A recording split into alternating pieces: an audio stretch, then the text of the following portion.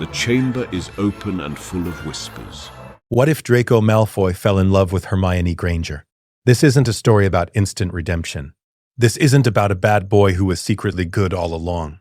This is about cognitive dissonance so severe it becomes existential crisis. This is about someone raised in an echo chamber of extremist ideology coming face to face with undeniable evidence that everything he believes is a lie. This is about the terror of wanting something your entire identity says you shouldn't want. This is about the Yule Ball, December 1994. The night Draco Malfoy's carefully constructed worldview began to crumble. Let's start at the beginning. Year 4, the Triwizard Tournament. The 1994. 1995 school year brought unprecedented excitement to Hogwarts. The Triwizard Tournament, a magical competition between 3 schools, hadn't been held in over a century. Students from Beauxbatons Academy and Durmstrang Institute descended on the castle in October, bringing new faces, new possibilities, new dynamics. Among the Durmstrang students was Viktor Krum, international Quidditch star, seeker for the Bulgarian national team, the wizard every girl in the castle whispered about, giggled over, tried desperately to impress. Draco Malfoy watched this circus with contempt. Krum was talented, certainly. Draco could acknowledge that much. But the way witches threw themselves at him was pathetic. Pansy Parkinson spent weeks perfecting her hair, her makeup, her laugh, hoping Krum would notice her. He didn't notice her. He noticed someone else entirely. Hermione Granger spent the fall term exactly as she spent every term, buried in books, raising her hand in every class, correcting everyone's pronunciation, existing as the insufferable know-it-all Gryffindor mudblood she'd always been. Draco had perfected his torment of her over 3 years. He knew exactly which insults landed hardest. He knew how to make her eyes flash with anger, how to make her voice go cold with contempt. He knew she was brilliant, irritatingly, undeniably brilliant, but brilliance meant nothing when your blood was dirty. That's what he told himself. That's what he'd been taught since birth. Muggle-borns were thieves of magic, their blood tainted, their existence an insult to proper wizarding society. Hermione Granger was everything wrong with modern magical Britain. A mudblood who didn't know her place, who thought she belonged in their world, who dared to be better than purebloods at magic that wasn't rightfully hers. Draco believed this completely. His father had made sure of it. But belief, no matter how deeply ingrained, can shatter. And sometimes it shatters in a single moment. December 25th, 1994. The Yule Ball, the Great Hall, had been transformed into a winter wonderland. Frost-covered walls glittered with enchanted ice sculptures. The ceiling showed gently falling snow that disappeared before reaching the floor. Garlands of holly and mistletoe draped across the room, and the house tables had been replaced by smaller, intimate tables surrounding a large dance floor. Draco arrived with Pansy Parkinson on his arm. She wore frilly pink robes that reminded him uncomfortably of a birthday cake. She giggled constantly, clutched his arm too tightly, and kept pointing out which girls were wearing unflattering colors. The champions were supposed to open the ball. Harry Potter, of course it was Potter, the universe's special chosen boy, led his date onto the dance floor. Fleur Delacour glided forward with her partner. Cedric Diggory moved into position with Cho Chang, and then Viktor Krum descended the stairs with his partner. Draco's breath stopped in his chest. The girl on Krum's arm wore robes of floaty periwinkle blue. Her usually wild, bushy hair had been transformed, sleek and shining, twisted into an elegant knot at her neck. She moved with quiet confidence, her head held high, every inch of her bearing suggesting she belonged exactly where she was. It took Draco 3 full seconds to recognize her. 3 seconds of staring at this beautiful, graceful witch before his brain caught up and supplied the impossible information. Hermione Granger, the mudblood, the know-it-all, the girl he'd spent 3 years tormenting. She was beautiful.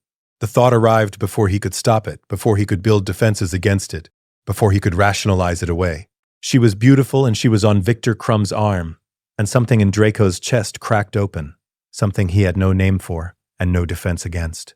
He watched them take their positions on the dance floor, watched Krum's hand rest on her waist, watched her smile up at the Bulgarian seeker. A real smile, warm and genuine, the kind of smile Draco had never seen her direct at anyone except Potter and Weasley. The music began, the champions started dancing, and Draco couldn't look away. She's really tried, hasn't she? Pansy's voice cut through his thoughts. Granger, I mean? As if a nice dress could make up for dirty blood. Draco's jaw tightened. He should agree.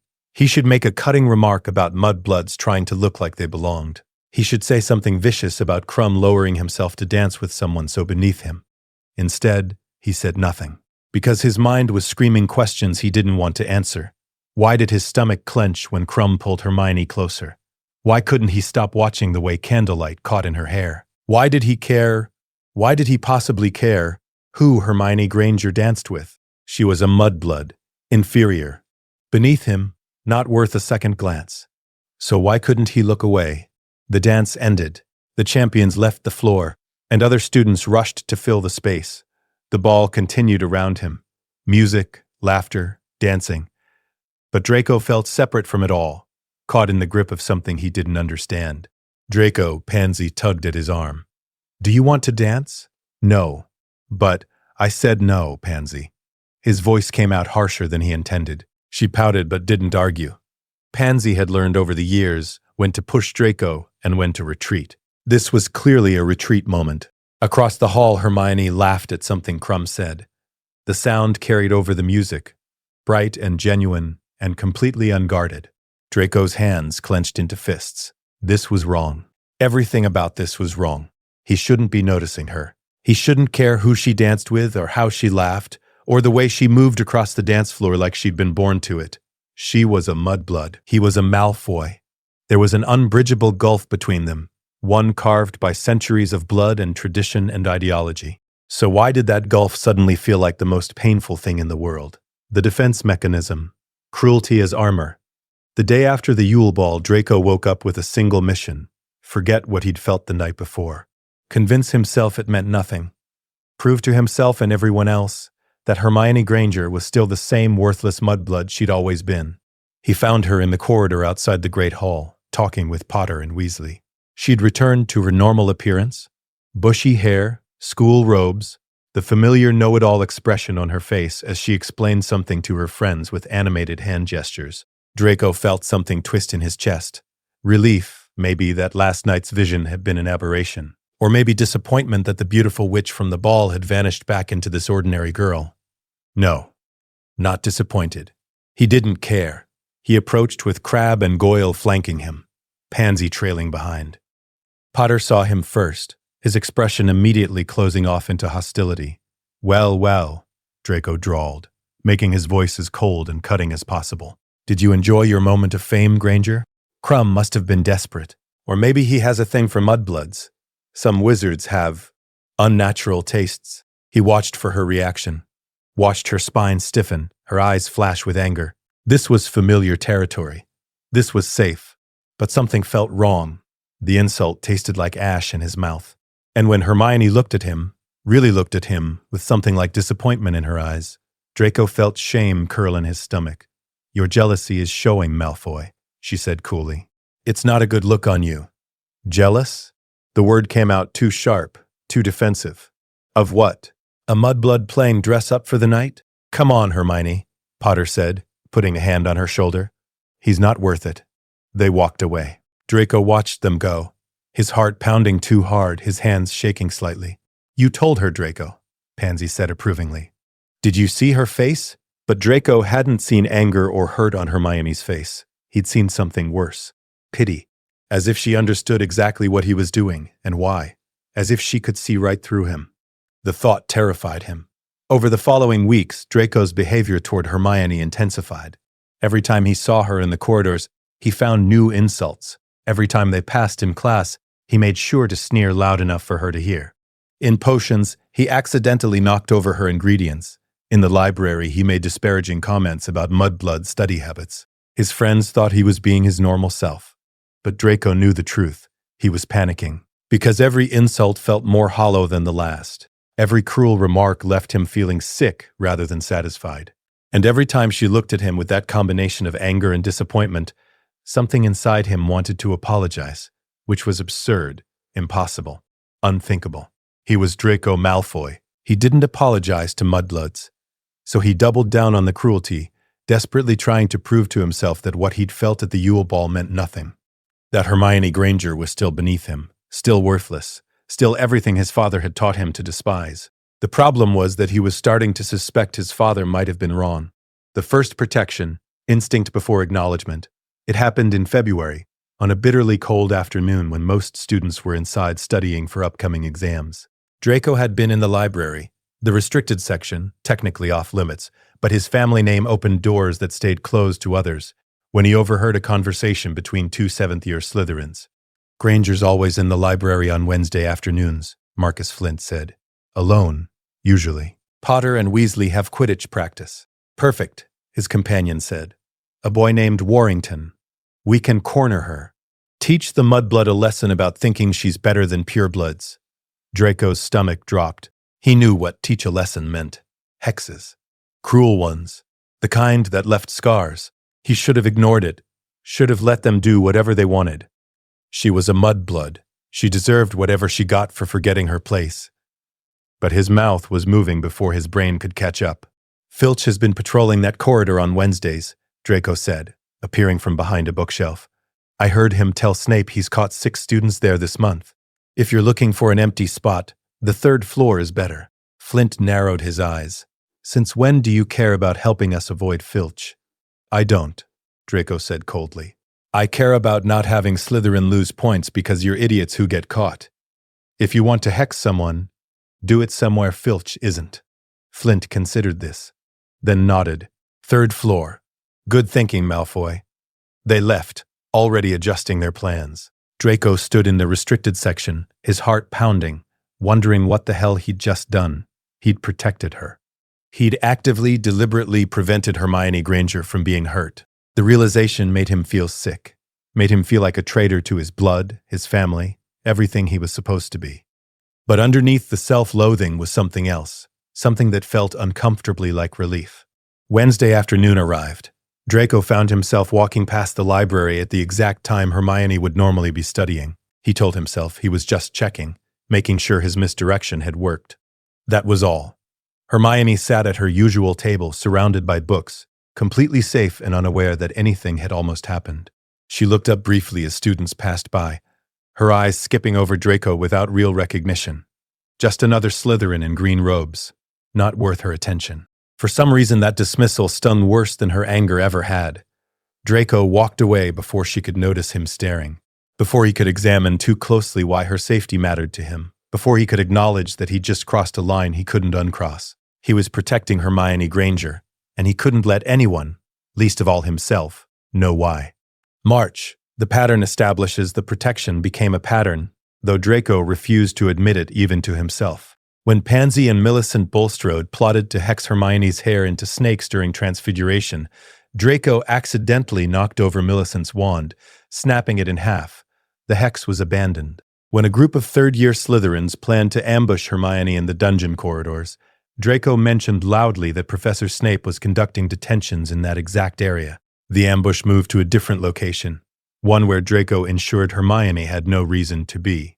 When someone attempted to jinx her bag to spill its contents across the Great Hall, Draco's own hex intercepted it, accidentally causing the spell to misfire onto a Hufflepuff instead. He accepted the praise from his housemates for the unintended target, while privately feeling sick about the actual Hufflepuff who'd been hit. Every protection required justification, internal narratives that let him act without examining his motives. If something happens to her, Potter will be insufferable. "I'm just making sure Slytherins don't do anything stupid that reflects poorly on the house. The Dark Lord might want information from her when he returns. Best to keep her intact." The rationalizations grew more elaborate as the protections continued. But underneath every excuse was a truth Draco couldn't acknowledge. He didn't want Hermione hurt. Not by others. Not by anyone. Especially not by himself. April. The library encountered Draco had started spending more time in the restricted section. The official reason was research for his defense against the dark arts essay. The actual reason was avoiding Pansy, avoiding his housemates' increasingly violent suggestions about dealing with Muggle-borns, avoiding the cognitive dissonance that grew worse every day. The restricted section was quiet, dim, perfect for being alone with thoughts he didn't want to think. Except he wasn't alone. Malfoy. Draco spun around, his hand instinctively going to his wand. Hermione Granger stood 3 feet away, holding a massive tome on ancient runes, her expression confused rather than hostile. "What are you doing here?" she asked. "What does it look like I'm doing?" Draco snapped. "Defensive.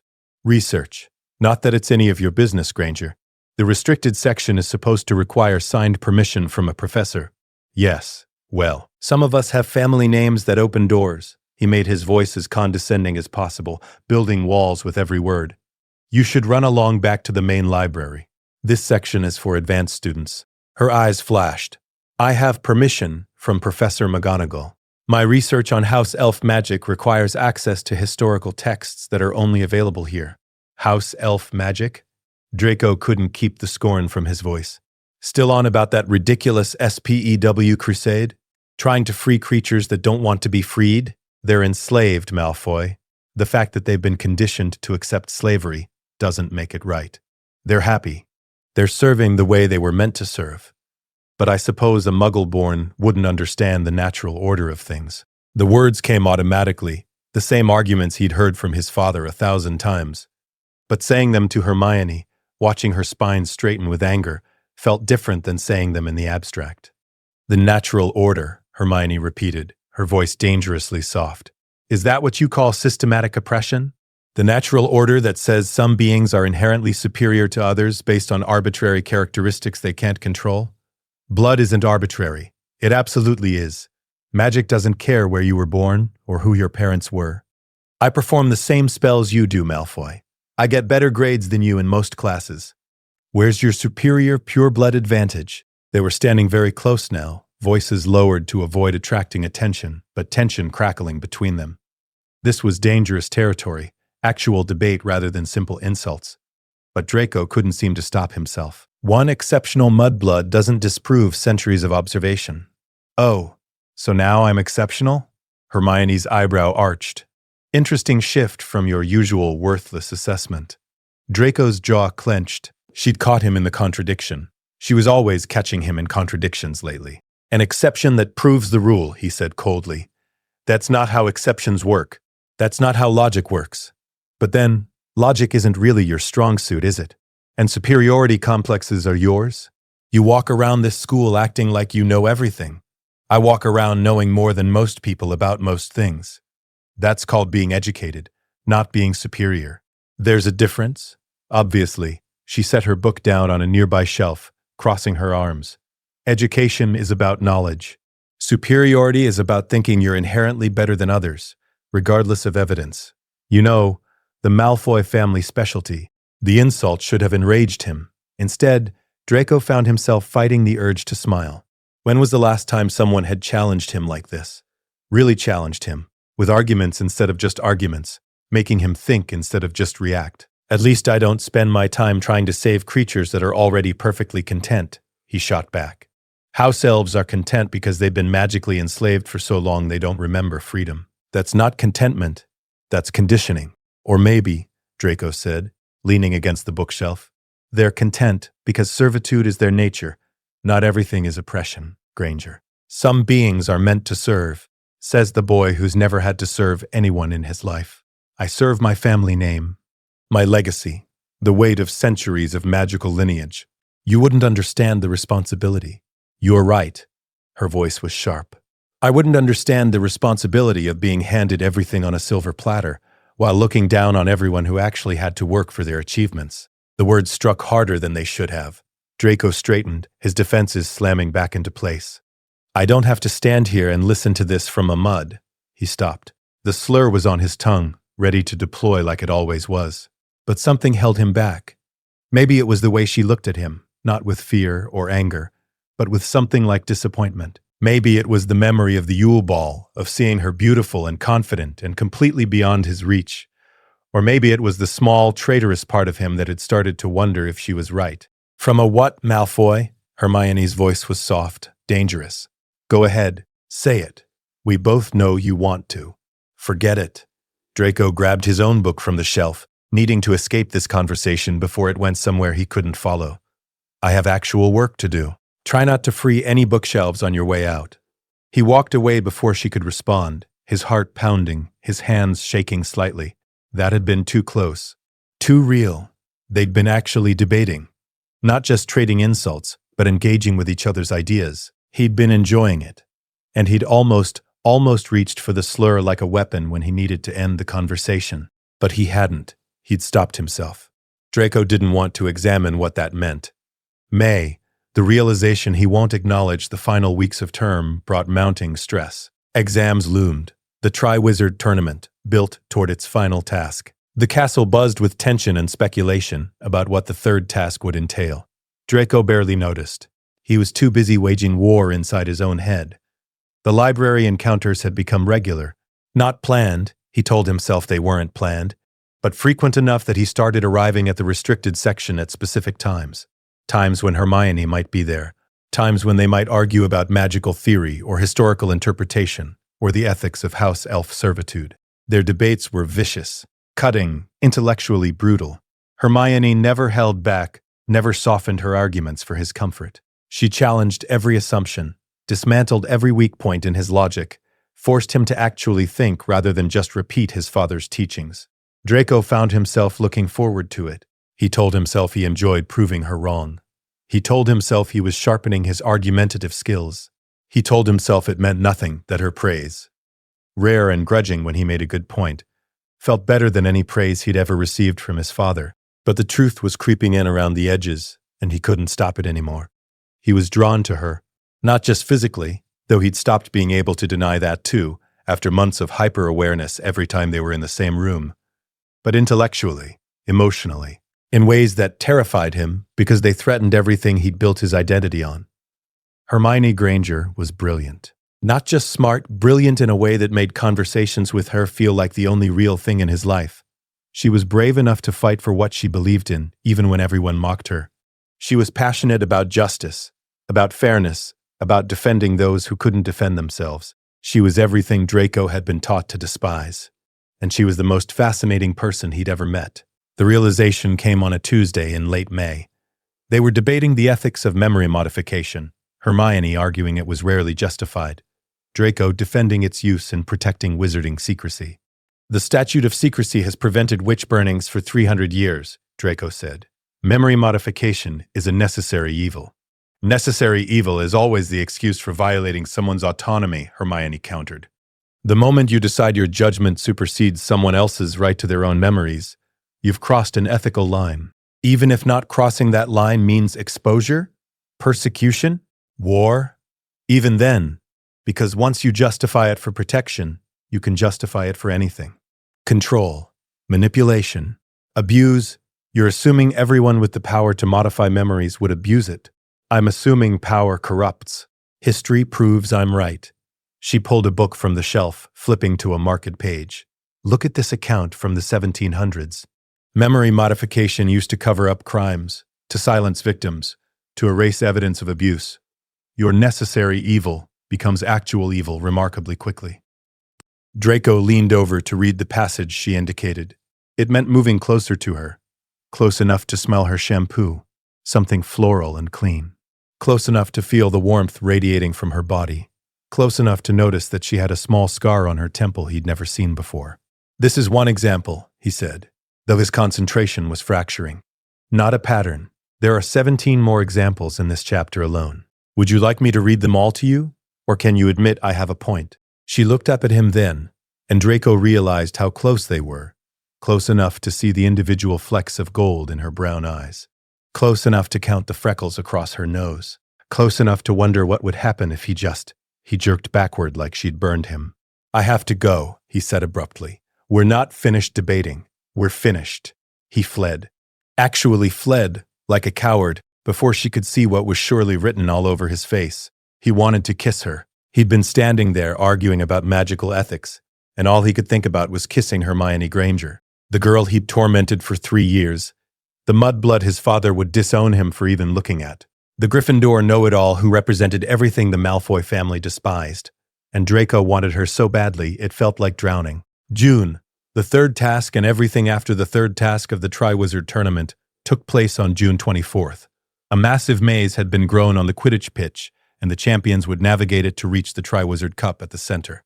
Draco sat with the other Slytherins, cheering for Crumb, though his attention kept drifting to the Gryffindor section, where Hermione sat between Ron Weasley and the Weasley twins. She was animated, excited, her whole attention focused on the maze where Potter and the other champions had disappeared.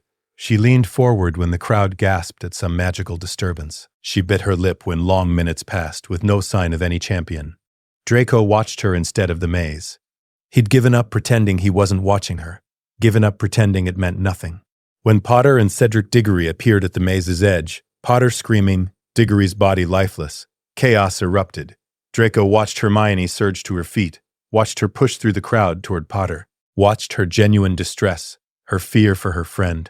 She loved Potter.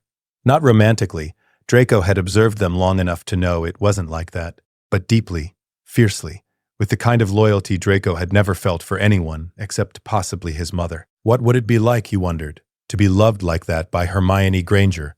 The thought hurt worse than anything his father had ever said or done to him, because Draco knew the answer. He would never know. She would never love him. Why would she? He'd called her mudblood. He'd mocked her, tormented her, made 3 years of her life miserable. The fact that he'd changed, that he was changing, despite fighting at every step of the way, didn't erase what he'd done, didn't make him worthy of her attention, let alone her affection. The term ended in confusion and grief. Cedric Diggory was dead. Potter insisted the Dark Lord had returned, though the ministry denied it. The school year that had begun with celebration ended with funeral. Draco went home to Malfoy Manor for the summer, and the first thing his father said was, "The Dark Lord has returned. We must prepare to serve him once again." Lucius Malfoy smiled as he said it, smiled at the prospect of serving a wizard who wanted to exterminate Muggle-borns, who would kill Hermione Granger without hesitation if given the chance. Draco stood in his family's opulent drawing room, surrounded by centuries of pure-blood legacy, and realized with perfect clarity that everything his father believed was poison. And he'd been drinking that poison his entire life. Summer 1995, the breaking point Malfoy Manor, in summer, was beautiful and terrible. The grounds stretched for acres, impeccably maintained by house elves whose names Draco had never learned. The manor itself was a monument to wealth and power. Every room decorated with priceless artifacts, every wall hung with portraits of Malfoy ancestors who sneered down at anyone they deemed unworthy. Draco had grown up thinking this was normal. This was success. This was what every wizard should aspire to. Now, it felt like a prison. His father was energized in a way Draco hadn't seen since he was a child. Lucius hosted secret meetings, Death Eaters gathering in the drawing room, their masks and robes hidden until they were safely behind the manor's wards. They spoke of the Dark Lord's return, of plans to infiltrate the ministry, of strategies for purging magical Britain of mudbloods and blood traitors. Draco was expected to attend these meetings. His father intended to groom him for service to the Dark Lord, to ensure the Malfoy legacy continued into the next generation of blood purity enforcement. "You're 14 now," Lucius said one evening, his hand heavy on Draco's shoulder. "Old enough to understand the importance of what we do. The Dark Lord will rise to power again, and those who served him faithfully will be rewarded. But service requires commitment, Draco. It requires absolute loyalty to pure blood supremacy." "Yes, father," Draco said automatically. But the words felt hollow.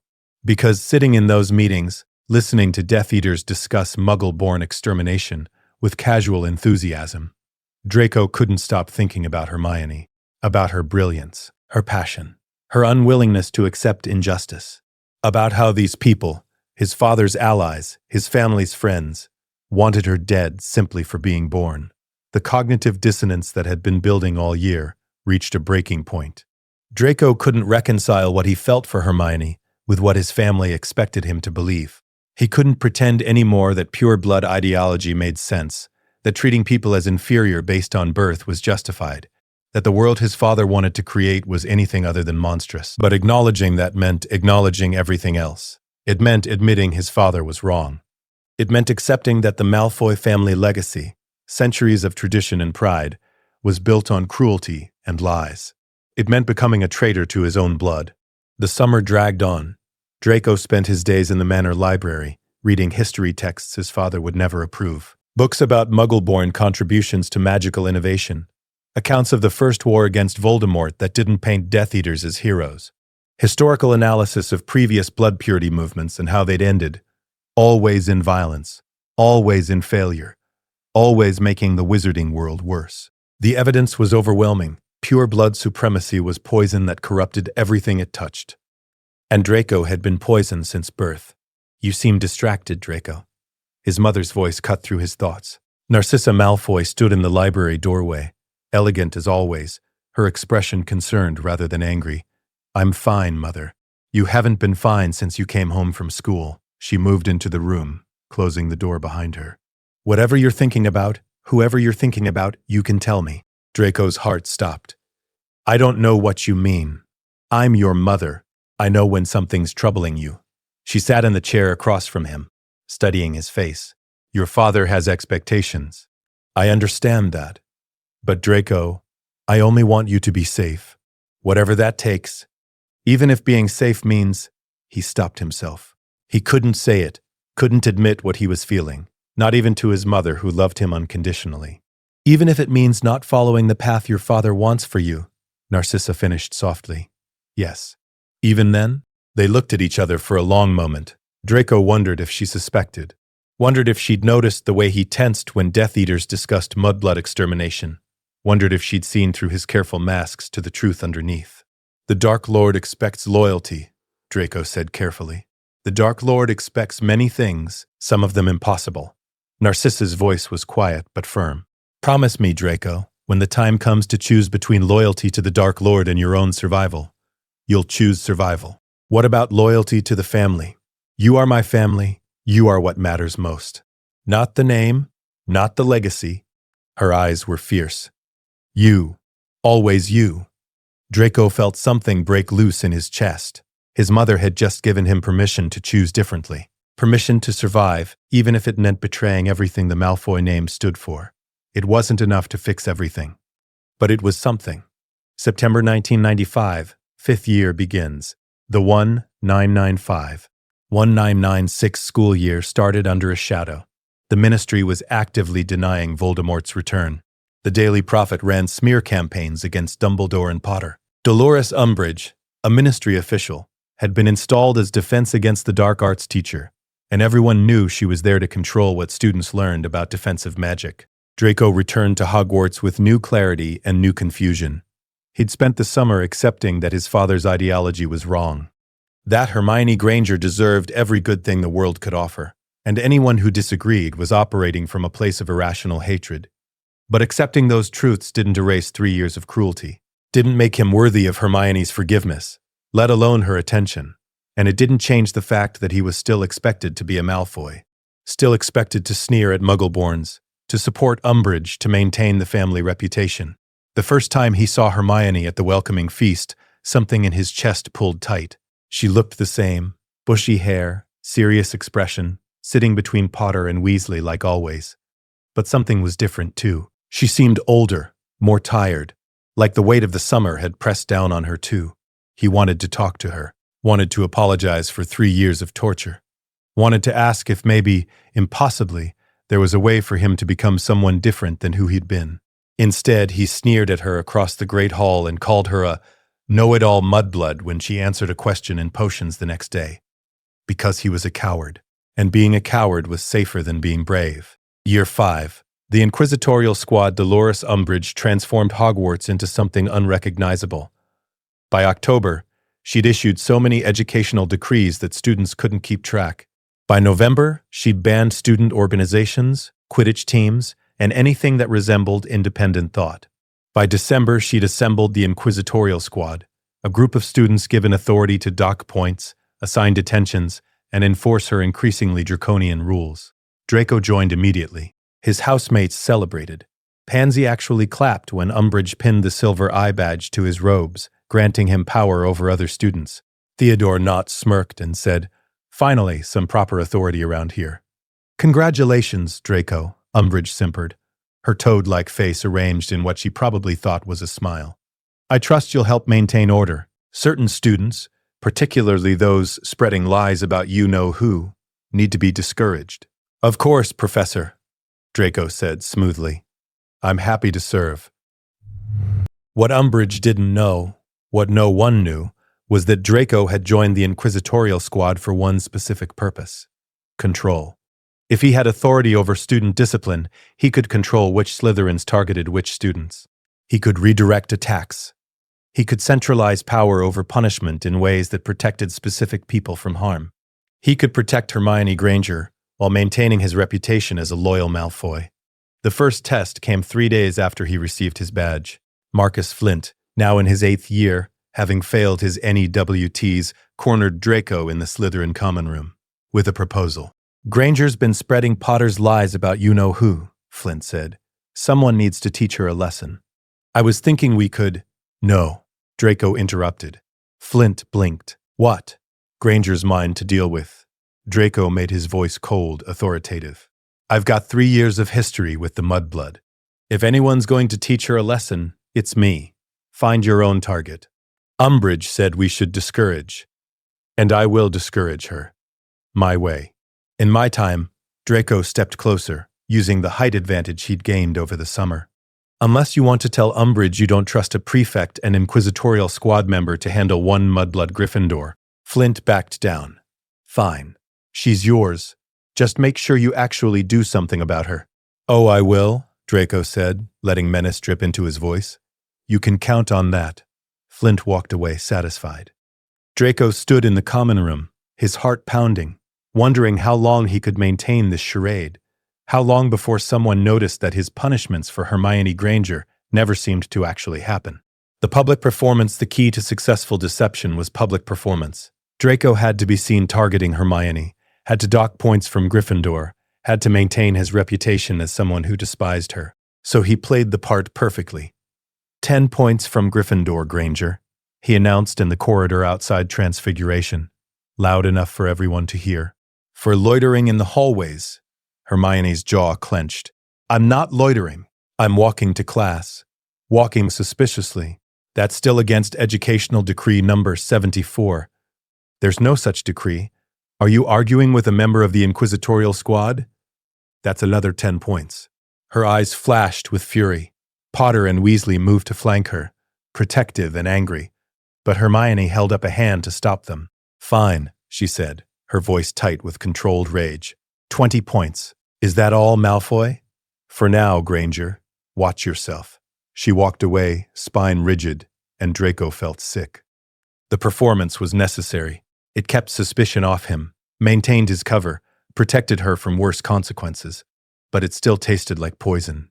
What he couldn't show was what happened later that night, when he caught Zacharias Smith from Hufflepuff planning to hex Hermione's bag to explode ink all over her, when he accidentally knocked Smith's wand from his hand, then stepped on it, cracking the wood. "How clumsy of me," Draco said without a trace of apology. "You should be more careful where you point that thing." Or when he overheard Pansy and Millicent discussing a plan to lock Hermione in a broom closet overnight. When he mentioned loudly that he'd seen Filch patrolling that exact area, checking every closet for students hiding from curfew. The plan was abandoned. Hermione never knew. None of them knew. And that was the point. Draco docked points from Gryffindor publicly, while privately ensuring that Hermione Granger remained safe from the escalating cruelty of students who saw Umbridge's regime as permission to indulge their worst impulses. November. The restricted section becomes their space. The library meetings resumed in November, though neither of them acknowledged they were seeking the other out. Draco told himself he came to the restricted section for legitimate research. Hermione probably told herself the same thing. But they kept arriving at the same time, choosing the same corner, reaching for books on the same shelves. "Malfoy?" Her voice was cold when she found him there on a Tuesday evening. "Don't you ever stop lurking in dark corners? Don't you ever stop studying? Some of us have actual research to do. So do I. Ancient Runes essay on the magical properties of Nordic inscriptions. Dark Arts essay on the historical use of unforgivable curses." Draco held up the book he'd been reading. "Try not to report me to Umbridge. I'm sure she'd love an excuse to give detention to someone researching exactly what she's forbidden us to learn." Hermione's expression shifted, still wary but curious. "You're researching unforgivable curses for Umbridge's class?" "I'm researching them because Umbridge refuses to teach us anything useful. When the Dark Lord returns," he caught himself, watching her stiffen. "When he returns," he continued carefully, "we should know what we're facing. You believe he's back." It wasn't a question. Of course he's back. Potter might be an attention-seeking prat, but he's not that good a liar. Draco sat on the floor, back against the bookshelf. The Ministry's denial is political theater. Anyone with half a brain can see it. Hermione studied him for a long moment, like she was trying to solve a particularly complex equation. Then, slowly, she sat down across from him.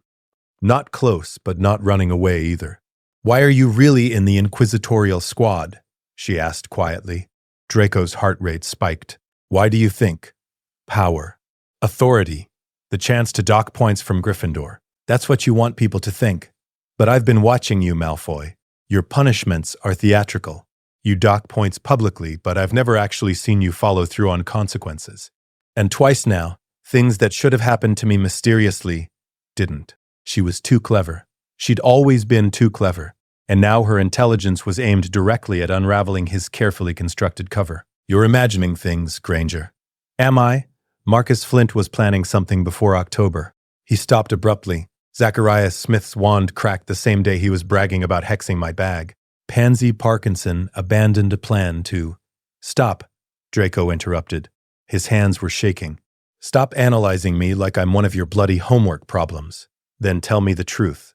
She leaned forward, her brown eyes intense. "Are you protecting me?" The question hung in the air between them. Draco could lie. Should lie. Maintaining the deception was the only way to keep her safe. But he was so tired of lying. "Yes." The word came out barely above a whisper. "I'm protecting you, have been since last year. And if you tell anyone, if Potter or Weasley or anyone finds out, it stops. Because I can only help you if people think I still hate you." Hermione's expression went through several rapid changes. Shock, confusion, something that might have been hope. "Why?" "Because—" Draco stopped, swallowed. "Because you don't deserve what they want to do to you. Because my housemates are vicious and getting worse under Umbridge's encouragement. Because someone has to, and it might as well be me." "That's not an answer. It's the only answer you're getting." They stared at each other. Draco's heart hammered against his ribs. He'd just admitted something that could destroy everything: his reputation, his cover, his ability to keep her safe. If she went to her friends, if they confronted him publicly, the protection would end. "I won't tell anyone," Hermione said finally. "But Malfoy, this doesn't make up for 3 years of—" "I know." His voice was rough. "I know it doesn't. I'm not trying to— This isn't about earning your forgiveness. It's just the right thing to do." Something shifted in her expression. Not forgiveness. He didn't deserve that, but maybe the beginning of understanding. "The right thing to do," she repeated softly. "That's new for you. People change, Granger. Do they? Or do they just pretend to change when it's convenient?" The question was fair. Devastating, but fair. "I guess you'll have to decide that for yourself," Draco said. December, the first real conversation. The library meetings became regular. Every Tuesday and Thursday evening, they'd both arrive in the restricted section around 8 o'clock. They'd pretend surprise at seeing each other. Then they'd argue. Except the arguments were changing, becoming less hostile, becoming something that looked almost like actual conversation. "Your interpretation of Wendelin's laws is painfully simplistic," Draco said one Thursday, scanning the text Hermione had just cited. "My interpretation is based on the actual text, not family prejudices masquerading as scholarship." "That's not what I—" He stopped, reconsidered. "Actually, you're right. That law has nothing to do with blood status. I was making assumptions." Hermione blinked. "Did you just admit I was right?" "Don't get used to it." But it kept happening. Draco would make an argument based on what he'd been taught. Hermione would dismantle it with evidence. And instead of doubling down, he'd think about it, consider her perspective. Sometimes even change his mind. It was terrifying. It was exhilarating. It was completely unlike any interaction he'd ever had with anyone. "You know," Hermione said one evening, setting down her book, "you're actually intelligent when you're not being deliberately obtuse. High praise from the brightest witch of our age. I'm serious. You could do well in our classes if you applied yourself instead of coasting on your family name." "Why would I need to do well? I'm a Malfoy. Doors open for me regardless of grades." That's exactly the problem with wizarding society. Merit should matter more than blood. And in your perfect world it would. In my perfect world, yes. She met his eyes. In my perfect world, people would be judged by their choices, their actions, their character. Not by who their parents were or what blood runs in their veins. Draco was quiet for a moment. Then, what if someone's choices have been terrible? What if their actions have hurt people? Does that define them forever, or can they become something different? Hermione studied him carefully. I think people can change. If they genuinely want to, if they're willing to do the work, to make amends, to become better than they were. But change has to be real, not performative, not strategic. How do you know the difference? Time, consistency. Whether they change when no one's watching? She paused. Whether they change even when change costs them something. It felt like she was talking about more than abstract philosophy. It felt personal, pointed, like she was laying out the roadmap for what he'd need to do if he wanted her to believe his transformation was real. The problem was, he wasn't sure he could meet those standards. He was still lying to everyone about his beliefs, still maintaining his Malfoy heir persona, still docking points from Gryffindor and sneering at Muggle-borns in public, while privately questioning everything he'd been raised to believe. Was that change, or was it just better deception? January. The physical awareness. Something shifted in January. The debates continued, but there was new tension underneath them, something electric and dangerous that made Draco hyper-aware of every movement Hermione made. The way she tucked hair behind her ear when she was concentrating.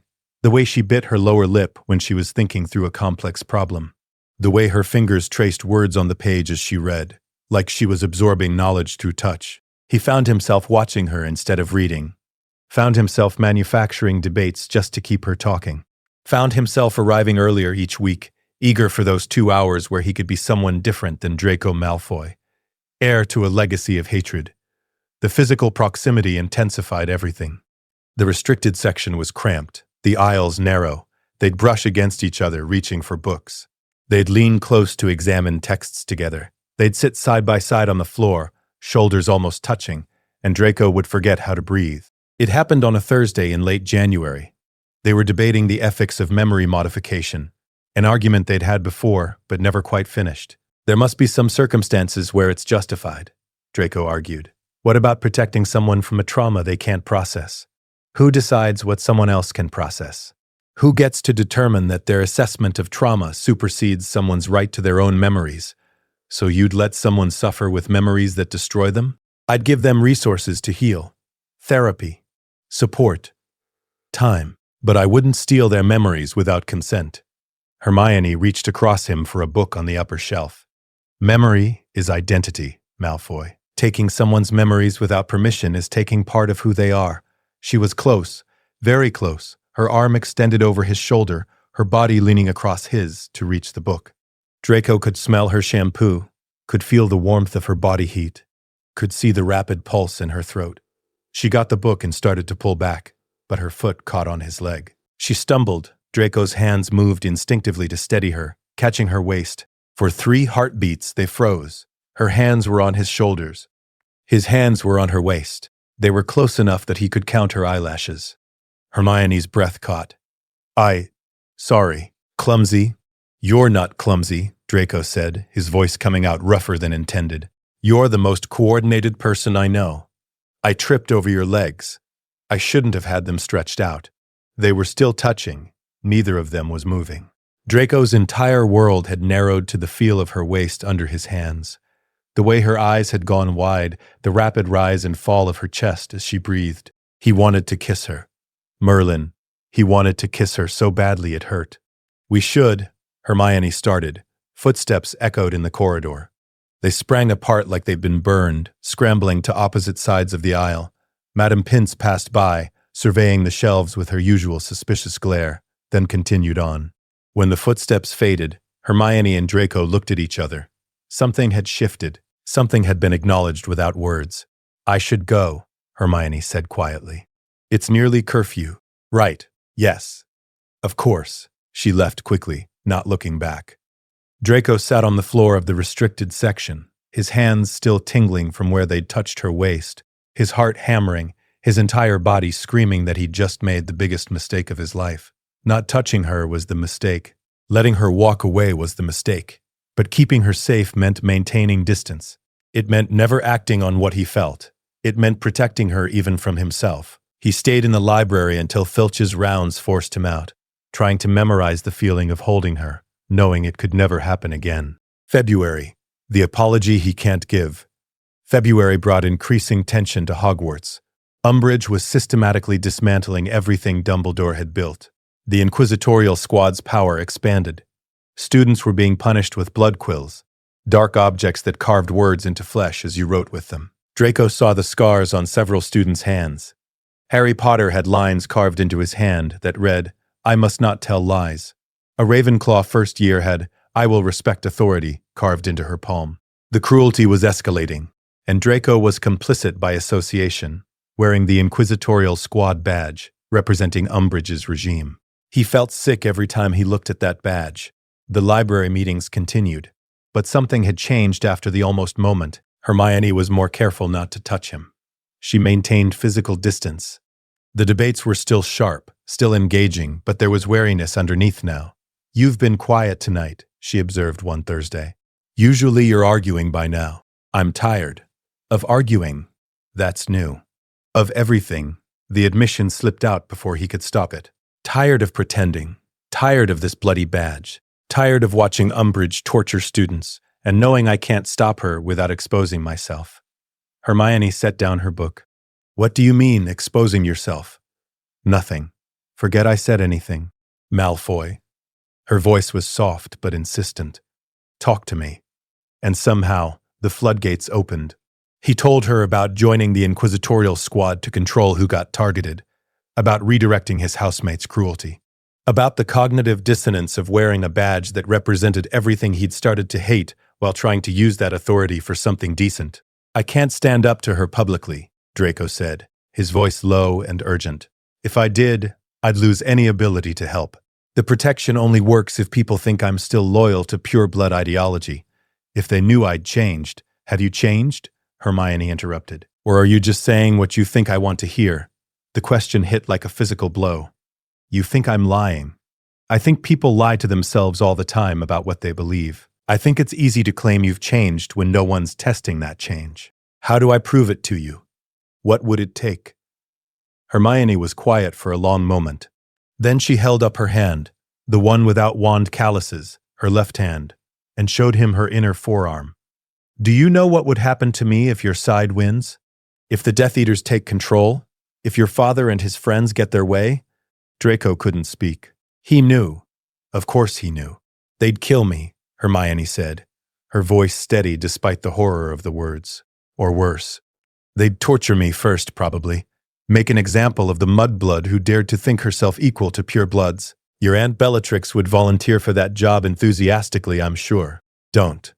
His voice broke. "Don't talk about that." "Why not?" "It's the truth. That's what your ideology leads to. That's what blood purity means in practice. Not theoretical debates about magical inheritance. Actual torture and murder of people like me." "I know." Draco's hands were shaking. "I know that's where it leads. That's why He stopped, fighting for words.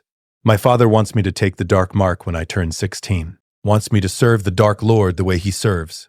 And I can't, Hermione. I can't do it. Not anymore." He'd used her first name without thinking. The intimacy of it hung between them. "Why not?" she asked quietly. "Because I love you," his brain screamed. "Because the thought of you being hurt makes me want to burn the entire world down. Because you're the only person who's ever made me want to be better than I was raised to be." But he couldn't say that. Couldn't burden her with feelings she'd never asked for and didn't want. "Because it's wrong," he said instead. "Because everything my father believes is wrong. Because I've spent 3 years being cruel to you and I can't," his voice caught. "I can't make up for that. But I can try to stop being that person. I can try to become someone different." Hermione's eyes were bright with something that might have been tears. "You called me mudblood. For 3 years. Do you have any idea how that felt?" "Yes." He met her eyes. "No. I thought I did, but I didn't really understand until I started actually thinking about you as a person instead of just a category. And I'm sorry. I know that's inadequate. I know sorry doesn't fix 3 years of cruelty. But Hermione, I'm so fucking sorry for every time I used that word. For every time I made you feel less than. For every moment of pain I caused you." The apology hung in the air between them. Hermione was crying now, silent tears tracking down her cheeks. "I don't know if I can forgive you," she whispered. "I'm not asking you to. I needed you to know that I understand what I did, that I regret it more than I can possibly express, That if I could go back and be different from the start, I would. She wiped at her tears impatiently. You can't go back. None of us can. I know. But I can try to be better going forward. For me, or for yourself? The question pierced through every defense he had. Both. For you, because you deserve better than what I gave you. For myself, because I can't live with being the person I was. Hermione stood up abruptly. For a terrible moment, Draco thought she was leaving, that he'd pushed too far, revealed too much, and she was done with these library meetings and done with him. Instead, she held out her hand. It's a start, she said.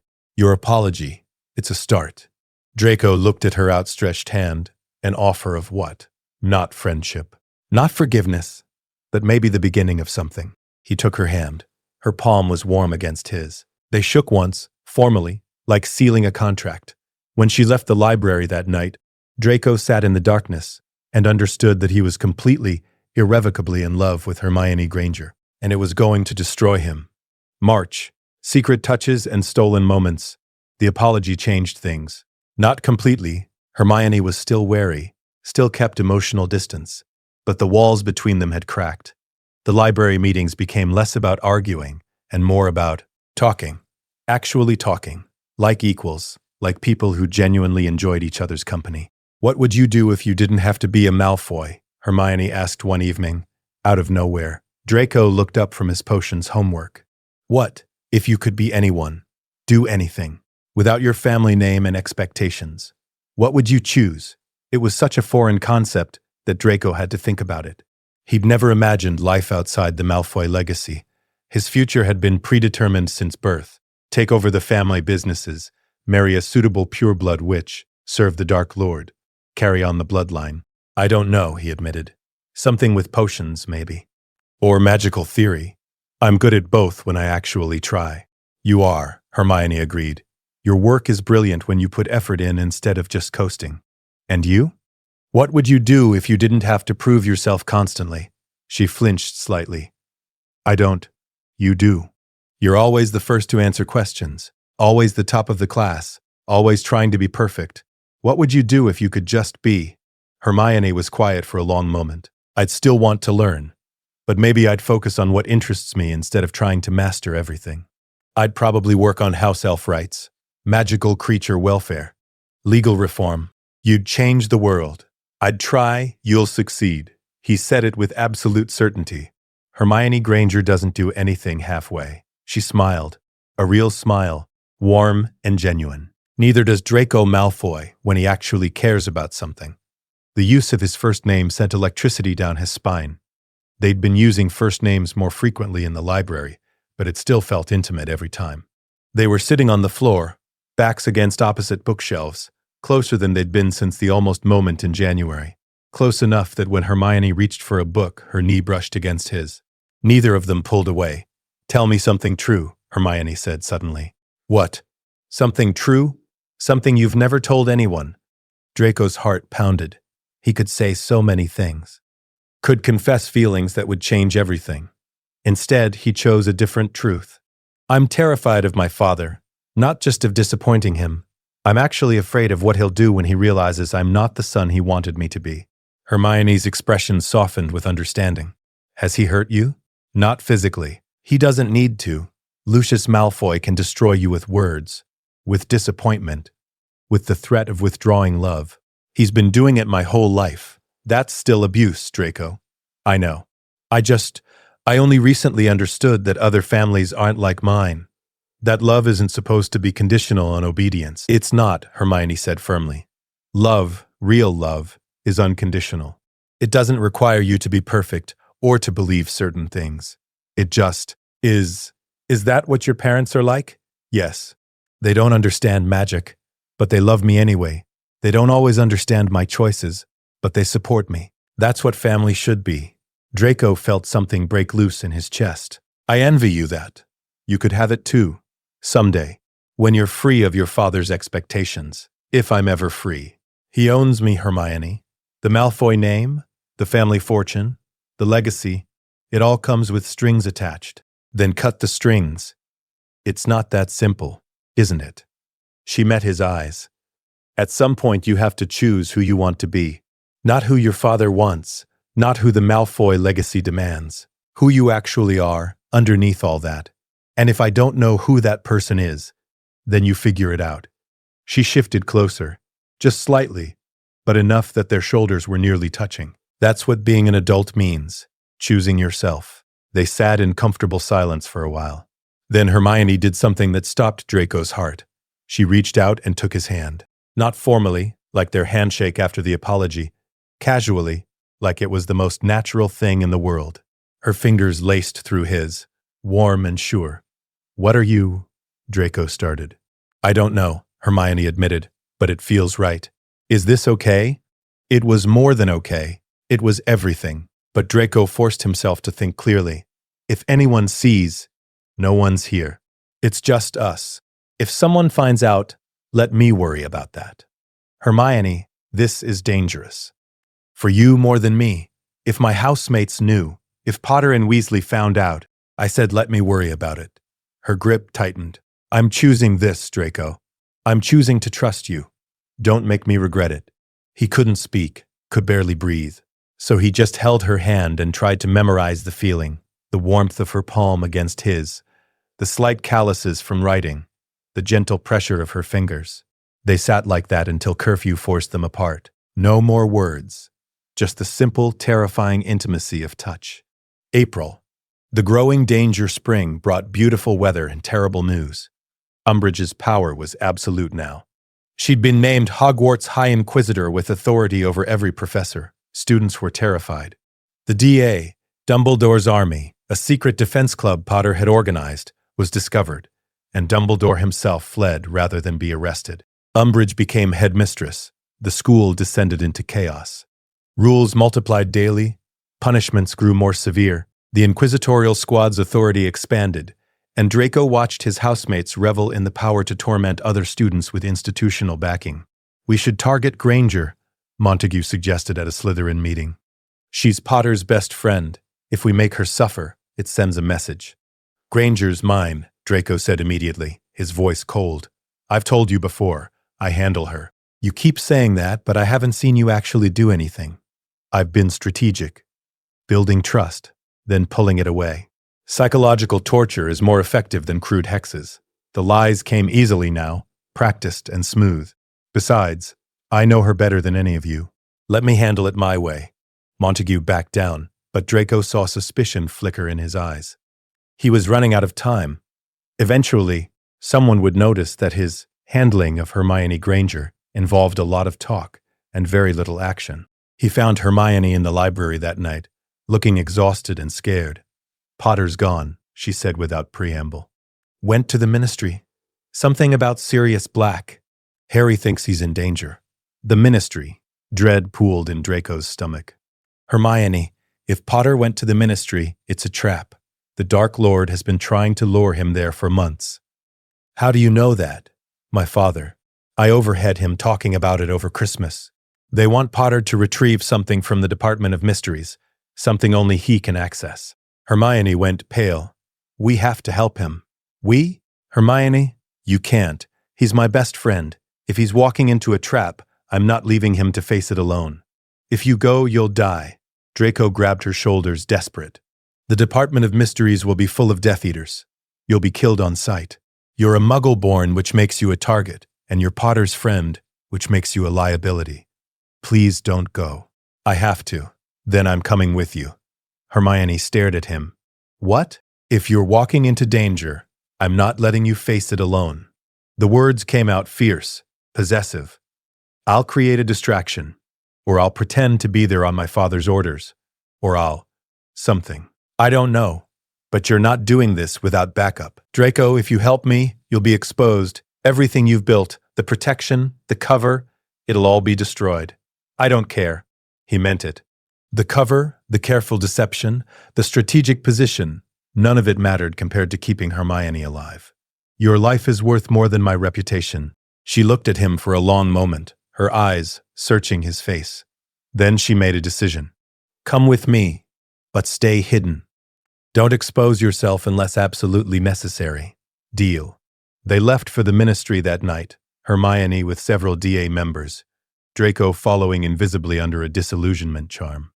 He watched as they fought Death Eaters in the Department of Mysteries, watched Hermione duel with desperate courage, watched her get hit with a curse that sent her crashing into a wall, unconscious. Draco almost broke cover then, almost revealed himself to get to her, to protect her, to make sure she was still breathing. But Potter and Weasley got to her first, pulling her to safety. The Order of the Phoenix arrived, adult wizards who could actually fight Death Eaters, and Draco, still hidden, watched as his father was defeated and captured.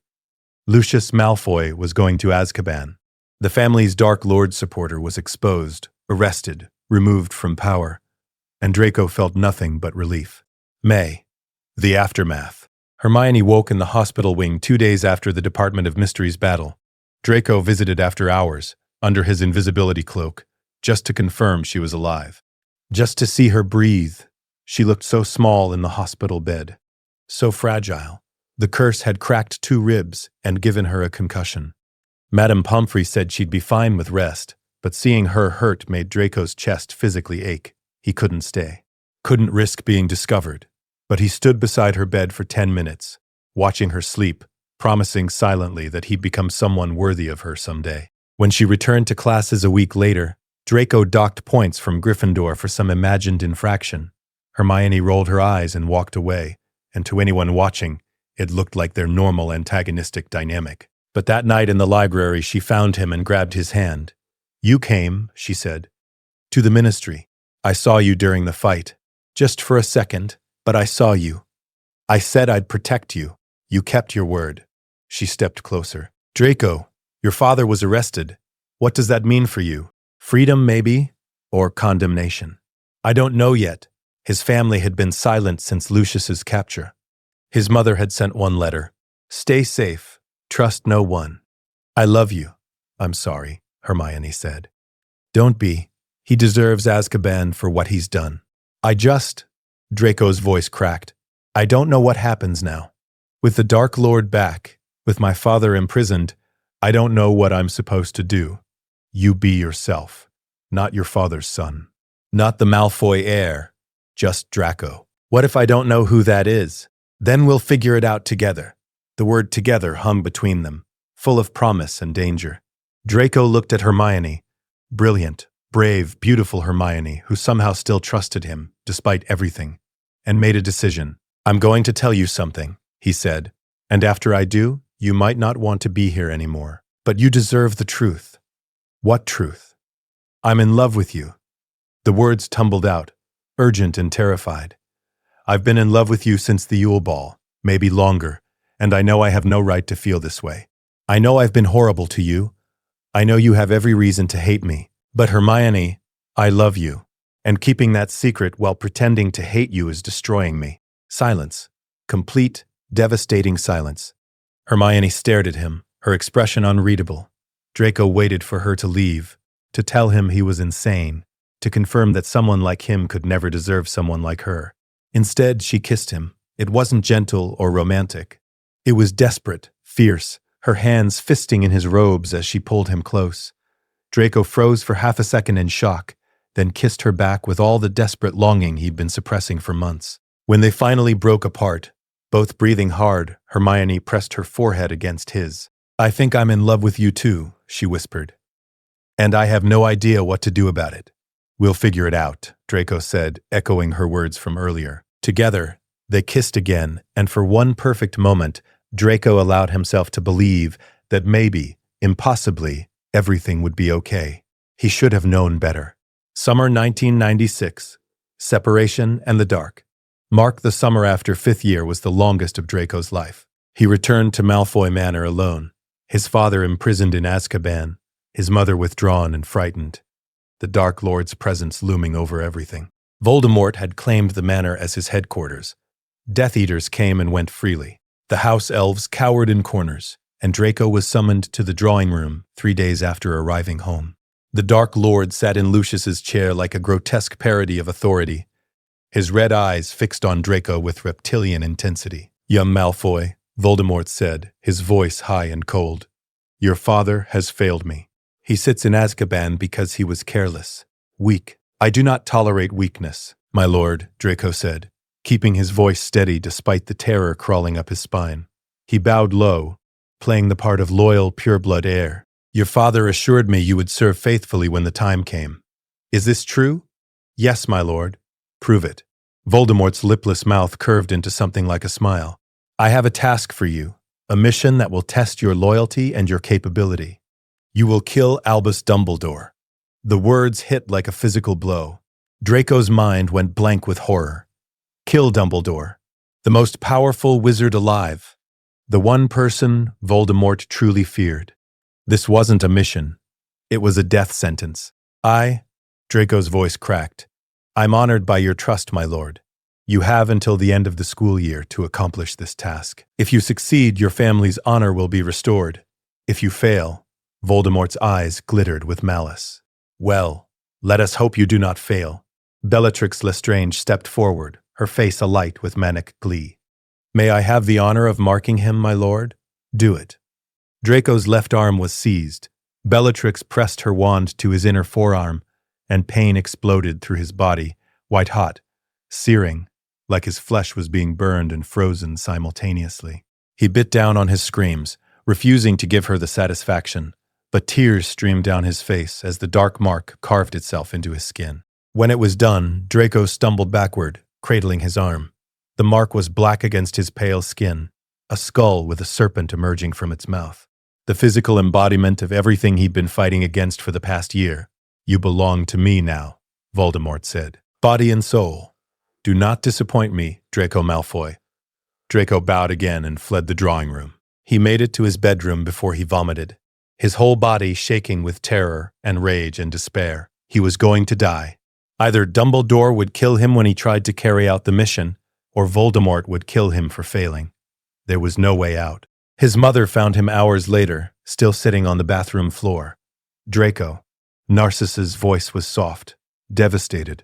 She sat beside him, pulling him into her arms like he was still a child. I'm so sorry. I couldn't stop him. I tried. I know, Mother.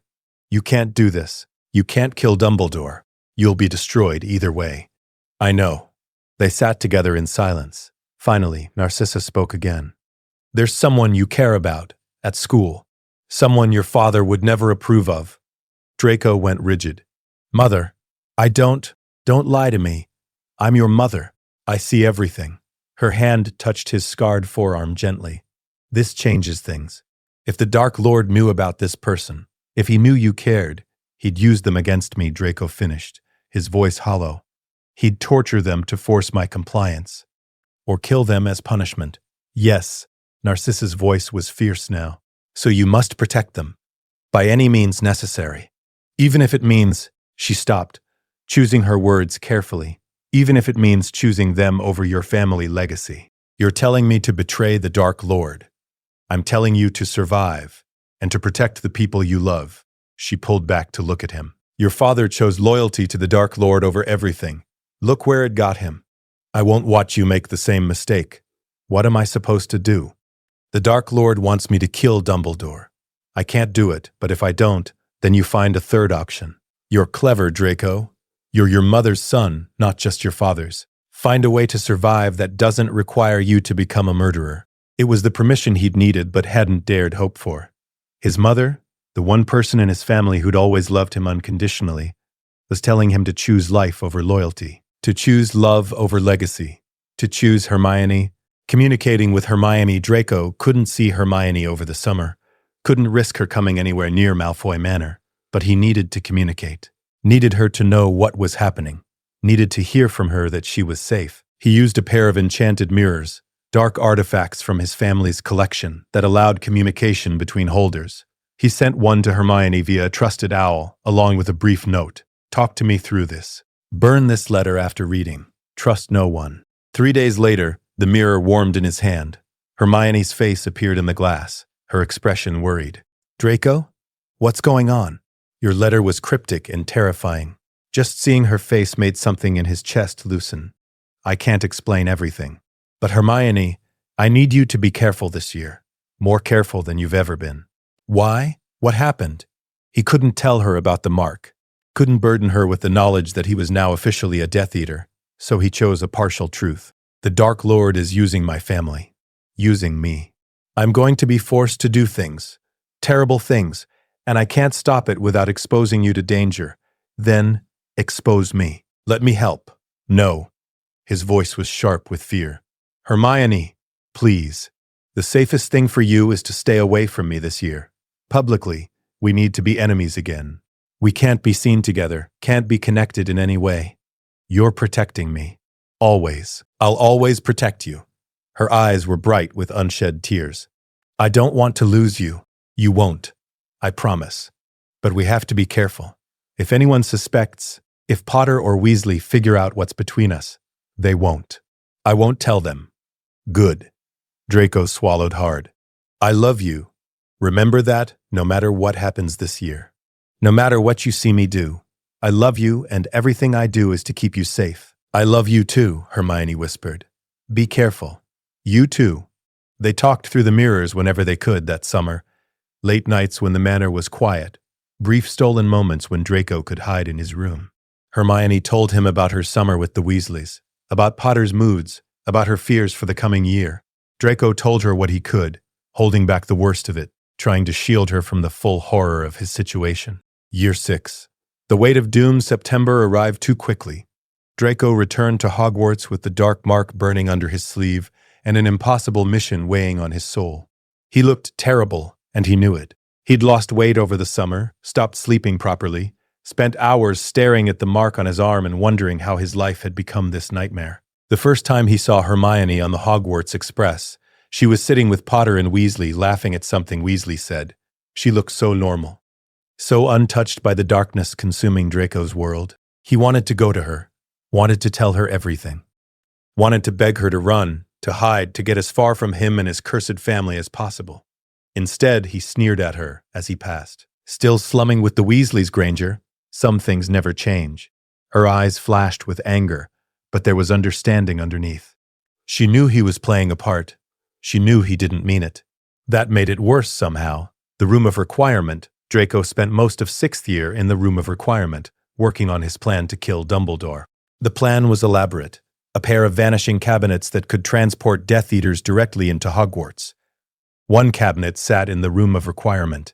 Its twin was in Borgin and Burke's in Knockturn Alley. If Draco could repair the broken connection between them, he could bring Death Eaters into the castle. They could kill Dumbledore while Draco stood aside, technically fulfilling his mission without having to cast the killing curse himself. It was a coward's plan. But Draco had long since accepted that he was a coward. He worked on the cabinets obsessively, testing the connection with apples and small animals, watching them vanish and reappear, sometimes whole, sometimes not. The failures were nauseating. Birds that materialized dead, apples that came back rotten. He was alone in the room one evening in October. When the door opened, Draco spun, wand out, terror spiking. Hermione stood in the doorway. How did you? Draco started. I followed you. You've been disappearing to this room for weeks. She stepped inside, her eyes scanning the space. The vanishing cabinet dominating the center, the scattered books on dark magic, the evidence of someone slowly falling apart.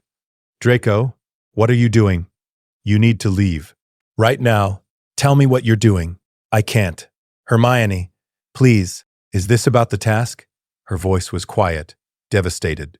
The one you mentioned over the summer? You're planning something terrible, aren't you? Draco's hands were shaking. His left sleeve had ridden up slightly, exposing the edge of the dark mark. Hermione's eyes locked on it, and her face went pale. He marked you, she breathed. Draco, he gave you the dark mark. Don't. Draco yanked his sleeve down. Don't look at it. Don't think about it. What did he make you do? What's the task? I can't tell you. If you know, you become a target. You're already in danger just by being here. Hermione crossed the room and grabbed his arms. I don't care about the danger. Tell me. He wants me to kill Dumbledore. The words came out broken, defeated. I have until the end of the year to murder the headmaster, or my mother dies. I die. And probably you too, if he finds out about us. Hermione's grip tightened. You can't do this. You can't kill someone. It'll destroy you. I know. That's why I'm trying to find a way to bring Death Eaters into the castle instead. Let them do it. But if I fail, you won't fail. We'll figure this out together. There is no we. Draco pulled away from her, his voice rising. Don't you understand? I'm a Death Eater now. I'm one of them. I have the mark. I serve the Dark Lord, and I'm planning murder. You need to stay away from me. I'm not leaving you to face this alone. You have to. Hermione, if anyone connects us, if anyone suspects you mean something to me, they'll use you to control me, or they'll kill you to punish me. The only way I can protect you is if we stay apart. I don't accept that. It's not your choice, his voice cracked. This is my mess. My family's legacy. You don't get to sacrifice yourself for me. Why not? You've been sacrificing yourself for me since 4th year. The truth of that stopped him cold. She was right. He'd been protecting her, lying for her, risking exposure for her since the Yule Ball. He'd been sacrificing his reputation, his standing, his safety, to keep her from harm, and now she wanted to do the same for him. I can't let you, he whispered. You don't get to decide what I risk. Hermione stepped close again, her voice fierce. I love you. That means I fight for you. That means I help you survive this nightmare you're trapped in. Whether you like it or not. Draco's resistance crumbled. He pulled her into his arms, holding her desperately, breathing in the scent of her hair. I'm going to get you killed, he said into her shoulder. No, you're not. We're both going to survive this. You're too optimistic, and you're too pessimistic. It balances out. Despite everything, the mark burning on his arm, the cabinet waiting behind them, the impossible mission hanging over his head, Draco laughed. It sounded broken, but it was real. November. The secret meetings continue. They couldn't stop meeting. It was dangerous, reckless, potentially fatal. But Draco needed Hermione like he needed air, and she refused to abandon him to his spiral of despair. They met in the room of requirement late at night. Hermione helped him research ways to repair the vanishing cabinet connection, while secretly looking for alternatives. Anything that would save Draco from becoming a murderer. There has to be another way, she insisted one night in November. Dumbledore is powerful. He'd help you if you asked. And condemn my mother to death? The Dark Lord has her as insurance. If I betray him, she dies. Then we fake your success. Make it look like you tried to kill Dumbledore but he escaped. He'll know. He always knows. Draco's hands clenched into fists. This isn't a problem we can cleverly solve, Hermione. There's no loophole, no workaround. I either kill Dumbledore or everyone I love dies. That's not, it is. That's exactly how it is. They sat in frustrated silence. Then Hermione took his hand, the one with the mark, and pulled up his sleeve. Draco tried to yank away, but she held firm. Let me see it. Don't. I want to see all of you. Even the parts you hate. She examined the dark mark with clinical precision, her fingers tracing the edges without actually touching the scarred skin. Draco felt violated and seen and strangely comforted, all at once. Does it hurt? She asked quietly. When he's angry or summoning his followers, it burns. I'm sorry. Don't apologize. You didn't do this. I'm sorry you're trapped in this situation. I'm sorry your father made choices that destroyed your future. I'm sorry the world is so cruel that someone like you, brilliant and capable of change, is being forced to become a murderer. Draco's vision blurred with tears. I don't want to kill anyone. I know. I'm so scared, Hermione. All the time. I can't sleep. I can't eat. I'm failing my classes because I can't concentrate on anything except this cabinet and this mission and the 1,000 ways everyone I love could die. Then let me carry some of that fear. She pulled him close, cradling his head against her shoulder. You don't have to be alone in this. They stayed like that for a long time. Draco clinging to her like a drowning man, Hermione holding him like she could shield him from the world through sheer force of will. When he finally pulled back, his face was wet with tears he'd been holding back for months. I love you, he said. I know I keep saying it, but I need you to understand how much. You're the only good thing in my life. The only thing that makes this bearable. I love you too, she kissed him softly. And we're going to survive this. Both of us. I promise. It was a promise she had no power to keep, but Draco needed to believe it anyway. December. The astronomy tower kiss. December brought snow and mounting despair. The vanishing cabinet was almost repaired. Draco could feel the end approaching, the moment when Death Eaters would come through, when Dumbledore would die, when Draco's soul would be irrevocably stained with murder. He stopped sleeping entirely.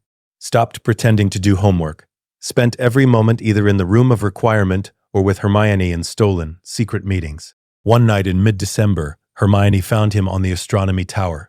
It was past midnight, freezing cold, and Draco was sitting on the stone floor with his back against the parapet, staring at nothing. "You're going to freeze to death," Hermione said, sitting beside him. "Don't care. I do." She pulled her robes tighter around both of them, creating a cocoon of shared warmth. "Talk to me. About what? About how I'm going to destroy my soul? About how I'm trapped between impossible choices? About how loving you is the only thing that makes me want to live, but also the thing that terrifies me most because if something happens to you, nothing's going to happen to me. You don't know that. You can't know that. Neither can you. But we're here now, together. That matters." Draco turned to look at her. Even in the dim light, she was beautiful. Her hair wild from the wind, her eyes fierce with determination, her entire being radiating the kind of strength Draco had never possessed. "How are you so brave?" he asked. "I'm not brave. I'm terrified. But I'm also stubborn, and I refuse to let fear win. I'm letting fear win constantly." "No, you're not. You're still fighting.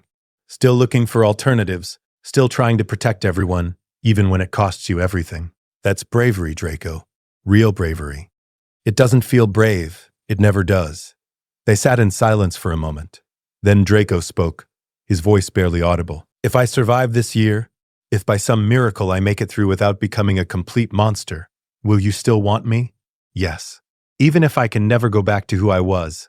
Even if I'm broken and traumatized and marked with the dark mark forever. Especially then." Hermione turned to face him fully.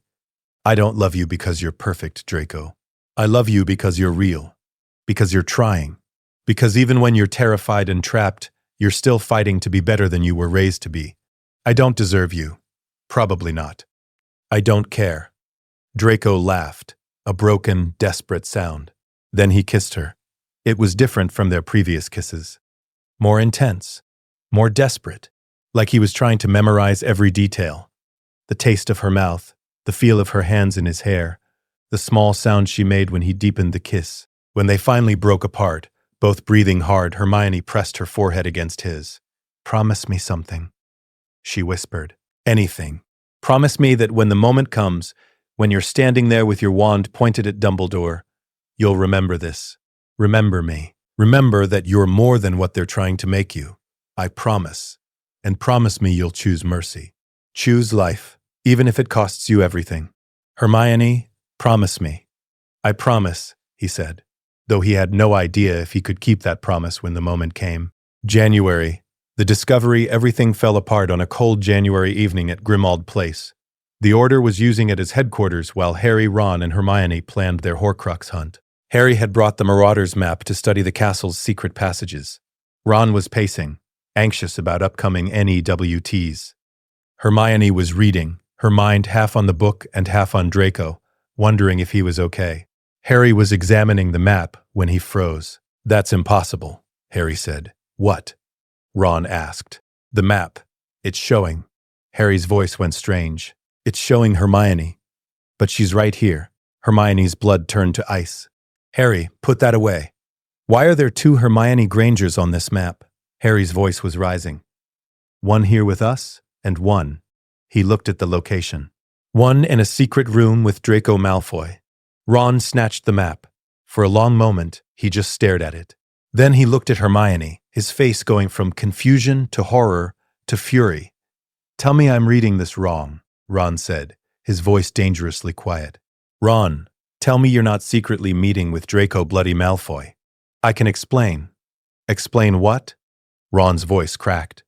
"That you've been sneaking around with a Death Eater while we're planning to hunt Horcruxes, while Harry's fighting for his life? It's not like that." "What is it like then?" Harry's voice was cold in a way Hermione had never heard. "How long has this been going on?" Hermione felt trapped. She'd known this moment would come eventually, but she'd hoped, stupidly, desperately hoped, that it would be later. After the war, after she could explain properly. "Since last year," she admitted. "5th year. We started talking and then, 5th year." Ron looked like she'd physically struck him. "You've been lying to us for over a year?" "I wasn't lying. I was protecting him. Protecting a Death Eater." Hermione, his father tried to kill us at the Department of Mysteries. His family serves Voldemort. He's not his family. He's trying to change. Trying to change? Ron's laugh was bitter, hurt. Death Eaters don't change. They recruit. They manipulate. That's what he's doing to you. No one is manipulating me. Then you're doing this voluntarily? Ron's face had gone red, then white. You're choosing him? The boy who's tormented you for years? Who called you mudblood? He apologized. Oh, well, that fixes everything. An apology makes up for years of abuse. It's more complicated than that.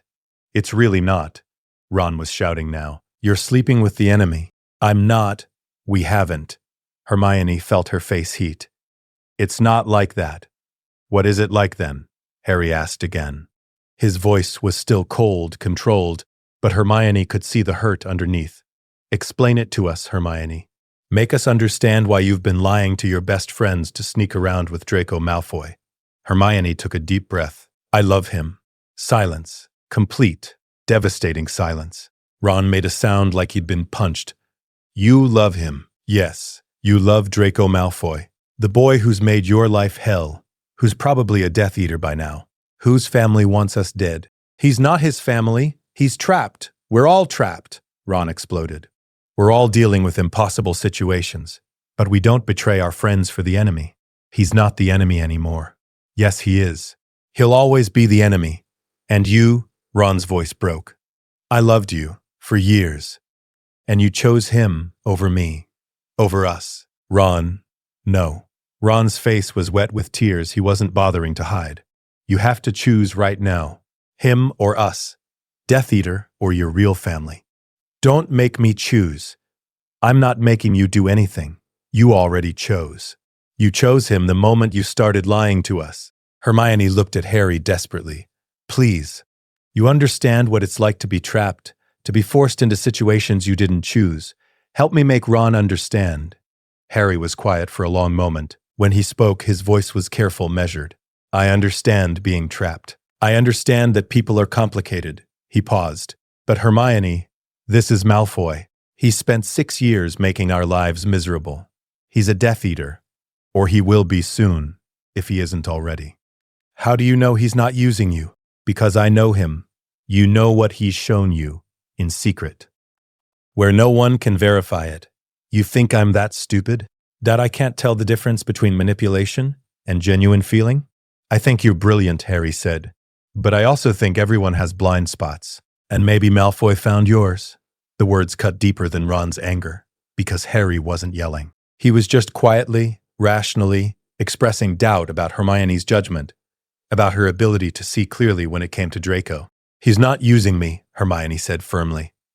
He loves me. He's protecting me. He's been protecting me for 2 years. From what? Ron demanded. From other Slytherins. From students who wanted to hurt me. He joined the Inquisitorial Squad specifically to control who targeted me. Or he joined to get close to you. To gain your trust. Ron shook his head. You can't see it because you're too close. But Hermione, this is classic manipulation. It's not. Then prove it, Harry interrupted. Bring him here. Let us talk to him. If he's really changed, if he really loves you, he should be willing to meet with us, to explain himself. Hermione knew that was impossible. Draco couldn't come to Grimmauld Place. He was being watched by Death Eaters. His mother was essentially a hostage, and appearing before Harry and Ron would expose everything. I can't, she admitted. Because he won't, Ron said. Because he's lying to you. Because it would put him in danger. Or because he's the danger, Harry said quietly. They were going in circles. Nothing Hermione said would convince them. They'd made up their minds. Draco Malfoy was the enemy, and Hermione was being fooled. I'm not choosing, Hermione said finally. You're my best friends. I love you both, but I also love Draco, and I'm not abandoning him when he needs me most. Then you're choosing, Ron said, his voice hollow.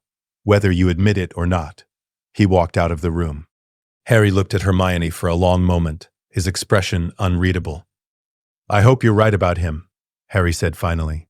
For your sake, because if you're wrong, if he betrays you, I don't know if we'll be able to protect you from the consequences. I'm not wrong. I hope not. Harry left too. Hermione sat alone in the drawing room, her heart breaking. wondering how everything had fallen apart so quickly. She pulled out her enchanted mirror and whispered Draco's name. His face appeared, drawn and exhausted. "They know," she said without preamble. "Harry and Ron found out. They're furious." Draco's expression went from concern to horror. "What did they say?" "They think you're using me. They think I'm being manipulated. Ron gave me an ultimatum. You or them. Then choose them." Draco's voice was firm. "Hermione, you need your friends. You need them for the fight ahead. I'm not worth losing them." "Yes, you are." "No, I'm not. I'm a Death Eater with a mission to murder someone." "You're the brightest witch of our age with a destiny to save the world. You belong with Potter and Weasley. Not with me. Stop trying to push me away. I'm trying to save you. From me, from this situation, from the disaster my life has become. I don't need saving. I need you." They stared at each other through the mirrors, separated by distance but connected by something stronger than physical proximity. "I love you," Draco said, his voice breaking. "That's why I'm telling you to let me go." "And I love you," Hermione said. "That's why I'm refusing." March. The escalation the winter months were torture. Ron wasn't speaking to Hermione. Harry spoke to her, but there was distance now, wariness, like he was waiting for her to prove herself or reveal herself as compromised. Hermione felt the loss of their friendship like a physical wound, but she couldn't abandon Draco. Not when he was spiraling, barely holding himself together, working on that cursed cabinet with the weight of impossible expectations crushing him. She met him when she could, though it was harder now with Harry and Ron watching her movements. She lied about where she was going. The library, the common room, meeting with other students for study groups. The lies tasted like ash, but they were necessary. In early March, Draco's desperation reached a breaking point. "The cabinet's almost ready," he told her one night. His hands were shaking as he spoke. "Another week, maybe 2. And then we find another way. We go to Dumbledore. There is no other way." "How many times do I have to explain this?" He was shouting now, unraveling. "My mother dies if I fail. The Dark Lord will torture her in front of me to punish my disobedience. I can't. I won't. So you'll commit murder instead? Destroy your soul? My soul is already destroyed." "No, it's not. Draco, you're still good. You're still capable of choosing differently." "I'm not good. I'm a Death Eater. I'm planning murder. I've been lying to everyone for years. There's nothing good left in me." "That's not true." "Yes, it is." He grabbed her shoulders, his eyes wild. "Don't you see? I'm exactly what everyone's always said I am. I'm a Malfoy, pure-blood supremacist, Death Eater, murderer. That's my legacy. That's who I've always been destined to become. Destiny is a choice. No, it's not. Not for people like me. We don't get choices. We get expectations and punishments and..." His voice broke. "I'm going to kill someone, Hermione. Or I'm going to watch my mother die. Those are my options. That's my life." Hermione pulled him into her arms, holding him as he shook with silent sobs. "Then we find a third option. Like your mother said, there's always a third option. What if there isn't? Then we create one." But time was running out, and they both knew it. June, the astronomy tower. The night everything came to a head, Draco had been in the room of requirement for 16 hours, straight.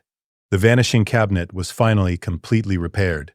The connection to Borgin and Burke's was stable. Death Eaters could now enter Hogwarts whenever Draco opened the passage. He'd sent an apple through. It came back whole, fresh, perfect. It was time. Draco's hands shook as he sent the signal. A dark mark constellation fired into the sky above the room of requirement, visible only to those wearing the mark. He felt the burn on his arm as other Death Eaters responded, felt them coming through the cabinet, one by one. Greyback, Amicus Caro, Electo Caro, others he didn't recognize. They looked at him with contempt and anticipation. "Where's Dumbledore?" Greyback snarled. "Astronomy Tower," Draco said, his voice hollow. "He'll be there soon. I'll handle it." "You'd better, boy. The Dark Lord is watching." Draco led them through the castle, his heart pounding so hard he thought it might burst. Students were asleep. Professors were in their quarters. No one saw the Death Eaters moving through Hogwarts corridors like shadows. They reached the astronomy tower. Draco climbed the stairs alone, leaving the Death Eaters below. He had to do this part himself. Had to be the one to. Dumbledore was already there, waiting. He looked old, frailer than Draco had ever seen him. Something was wrong with his hand. It was blackened, clearly cursed. "Good evening, Draco," Dumbledore said calmly, as if this were a normal meeting. "What brings you here on such a lovely night?" Draco's wand hand was shaking. "I have to. I'm supposed to. Kill me? Yes. I suspected as much." Dumbledore's voice was gentle. Quite a burden for someone so young. Don't talk like you understand. You don't understand anything. I understand more than you might think. I understand you've been trying all year to accomplish this task. I understand you repaired the vanishing cabinets. I understand you're terrified. Stop it. I understand you don't want to do this. Draco raised his wand, pointing it at Dumbledore's chest. His entire body was shaking now. "I have to. He'll kill my mother. He'll kill—" He stopped himself before saying Hermione's name. "I don't have a choice. There is always a choice. Not for me. Not for my family. Come over to the right side, Draco." Dumbledore's voice was calm, steady. "We can protect you. We can hide you and your mother more completely than you can imagine. You don't have to do this. You can't protect everyone. He'll find us. He always finds people. We can try. Isn't trying better than living with murder on your soul?" Draco's vision blurred with tears. His wand arm was still raised, still pointing at Dumbledore, but his hand was shaking so badly he couldn't have cast a spell if he wanted to. "I can't do it." "Then don't." "But my mother, we can protect her too." And Dumbledore's eyes were knowing, far too knowing. "We can protect others you care about. Miss Granger, for instance. She would benefit from additional protection in the days to come. I could arrange that, if you were to lower your wand." Dumbledore knew. Of course he knew. He'd probably known for months, maybe longer. He'd been watching, waiting, seeing everything Draco thought he'd kept secret. The thought should have terrified him. Instead, it felt like relief. Someone knew. Someone understood. And maybe, impossibly, that someone could help. Draco's arm began to lower. "Kill him," a voice in his head commanded. His father's voice, the voice of generations of Malfoy ancestors. "Prove your loyalty. Prove your blood. Lower your wand," another voice whispered. Hermione's voice, his mother's voice, his own voice underneath all the conditioning. "Be who you want to be. Choose differently." Draco made his choice. His wand arm dropped to his side. "I can't," he said, louder now. "I won't. I'm not a murderer." Dumbledore smiled. It was sad and proud and knowing all at once. "I thought not." Footsteps thundered on the stairs. Death Eaters, coming to see what was taking so long. Draco spun, his heart in his throat, knowing he'd just signed his own death warrant. Severus Snape stepped onto the tower first. He looked at Draco, at Dumbledore, at the scene before him. Something passed between Snape and Dumbledore, some silent communication Draco couldn't interpret. Then Snape raised his wand and spoke the words. Draco couldn't. Avada Kedavra. Green light filled the tower. Dumbledore fell backward off the tower, his body tumbling through the darkness. Draco stood frozen, his mind refusing to process what had just happened. Snape had killed Dumbledore. Snape had done what Draco couldn't do. "Come," Snape grabbed Draco's arm roughly. "We're leaving." Now, the Death Eaters were already fleeing, knowing the death would bring others. Snape dragged Draco with them, through the castle, out onto the grounds. Students were emerging from their dormitories. Harry Potter was there, rage on his face, shouting spells. They dissipated just as the castle erupted into chaos behind them. The aftermath. Draco appeared in a safe house, one of many properties his family owned that the Ministry didn't know about. Snape was there, along with his mother. Draco, Narcissa pulled him into her arms, checking him frantically for injuries. "Are you hurt? Did they—" "I couldn't do it," Draco said, his voice hollow. "I had the wand on him, and I couldn't kill him. I failed." "You didn't fail," Snape said. "You refused to become a murderer. That's not failure. But Dumbledore's still dead. Because of me. Because I brought Death Eaters into the castle." "Dumbledore was dying already," Snape said quietly. "He had months at best. What happened tonight was complicated. But not your fault." Draco couldn't process this. Couldn't think past the green light, The falling body, the weight of knowing he'd caused this even if he hadn't cast the curse himself. "The Dark Lord will be pleased," Narcissa said. "Dumbledore is dead. Your mission is accomplished, technically. You should be safe. Should be as safe as any of us can be in this war." Draco thought about Hermione. Thought about Harry and Ron finding out what had happened tonight. Thought about how they'd blame him, rightfully, for every death, every consequence of Death Eaters in the castle.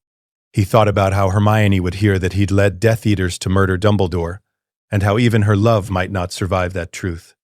"I need to contact her," Draco said. "Hermione, she needs to know I'm alive." "Absolutely not," Snape said sharply. "You can't contact anyone from the Order side. It's too dangerous. But she'll think. Let her think what she must. Right now, your priority is survival." Survival. As if that mattered when Draco had just destroyed any chance of ever deserving Hermione Granger. Year 7, the separation the summer of 1997 was the worst period of Draco's life. He was trapped at Malfoy Manor, which had become Voldemort's headquarters. Death Eaters came and went constantly. Prisoners were kept in the cellar, Muggle-borns, Order members, anyone suspected of opposing the Dark Lord. Draco heard screaming every night, heard Bellatrix torturing people in the drawing room while Voldemort watched. Heard the Dark Lord discussing battle plans, murder strategies, ways to break the resistance, and he could do nothing. Say nothing. Just survive and try not to look at the people dying around him. He managed to contact Hermione once through the enchanted mirrors in late July. "Are you okay?" she asked immediately, her face drawn with worry. "I've been terrified. I'm alive. That's all I can say." "What happened that night? The astronomy tower? Everyone says you killed Dumbledore. I didn't. Snape did. But Draco's voice broke. "I brought them into the castle. The Death Eaters. It's my fault Dumbledore died, even if I didn't cast the curse. Draco. And now I'm trapped here, watching people be tortured and killed, and I can't do anything without signing my mother's death warrant. Or yours. Tell me what I can do, how I can help." "You can't. Just stay alive, please. Whatever happens this year, survive. You too." "I love you," Draco said desperately. "Whatever you hear about me, whatever I'm forced to do, remember that I love you. I love you too, and I don't believe the worst of you. I won't." They said goodbye, not knowing when or if they'd speak again. The Malfoy Manor Horror. It happened in March 1998. Draco was in his room when he heard commotion downstairs. New prisoners had been brought in. He'd stopped paying attention to these arrivals, couldn't afford to care about every victim, but something made him go to the drawing room. And there she was, Hermione Granger, captured along with Harry Potter and Ron Weasley. They'd been caught by snatchers and brought to the manor for identification. Draco's blood turned to ice. "Well, Draco?" His father's voice was sharp. "You went to school with these children. Surely you can confirm their identities?" Draco looked at Hermione. Her face was swollen from rough treatment, her hair dirty and matted. But her eyes met his, and in that moment they had an entire conversation. "Don't," her eyes said. "Save yourself." "I can't let you die," his eyes responded. "I won't." I can't be certain," Draco heard himself say. "Their faces are swollen. It could be them, or it could be anyone." "Draco," Lucius's voice held warning. "Look closely." "I am looking. I'm telling you, I can't be sure." Bellatrix stepped forward, her face alight with manic curiosity. She grabbed Hermione's arm, examining something. "This one has something. Where did you get this sword?" "Found it," Hermione said through gritted teeth. "Liar," Bellatrix shrieked. "This is from my vault at Gringotts." "What else did you take?" "What else?" She threw Hermione to the ground and began casting the Cruciatus curse. Hermione's screams filled the manor. Draco stood frozen, every scream carving a new wound in his soul, unable to move, unable to help, unable to do anything but watch the woman he loved writhe in agony on his family's drawing room floor. "Stop!" The word ripped from his throat before he could stop it. Everyone froze. Bellatrix turned to look at him, something dangerous flickering in her eyes. "What did you say, nephew?" Draco grasped desperately for justification. The Dark Lord wants Potter alive. If she dies before she talks, we won't be able to verify what they've stolen. We'll have failed. Since when do you care about succeeding?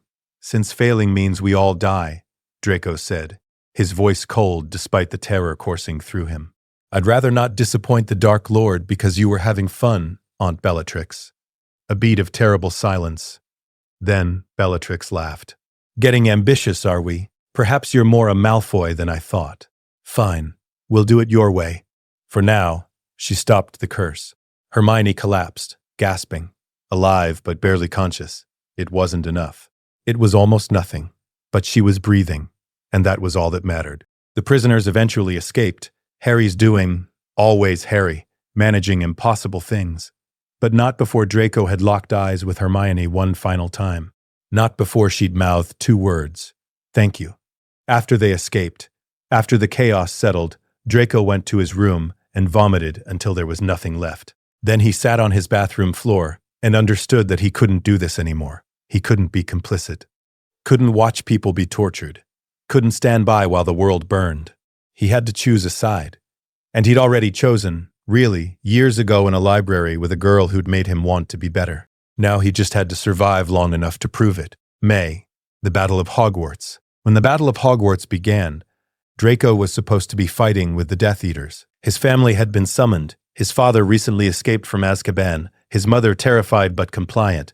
Draco wearing the mark and expected to kill. But when he entered the castle, when he saw students defending their school against the army that wanted to murder them all, Draco couldn't do it. He found a quiet corner and stayed hidden, watching the battle unfold, trying to determine the right moment to, what? Switch sides? Reveal himself? Beg forgiveness from people who had every right to kill him on sight? The decision was made for him when he saw Bellatrix Lestrange corner Hermione Granger in the courtyard. Well, well, Bellatrix's voice carried across the battle. The little mudblood who escaped. I've been looking forward to finishing what I started. Hermione raised her wand, but she was exhausted, bleeding from a cut on her temple. Her reflexes slowed. Bellatrix's curse would have killed her. Would have, if Draco hadn't slammed into Hermione, shoving her out of the way. Draco. Bellatrix's shriek was inhuman. What are you doing? Draco stood between them. His wand pointed at his aunt. His whole body was trembling, but his aim was steady. Stay away from her. You would betray your family? Your blood? For this, Bellatrix's face contorted with rage and madness. I always knew you were weak. Your father will... My father isn't here to control me anymore.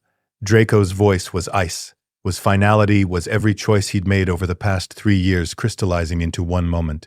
And even if he was, I'm done.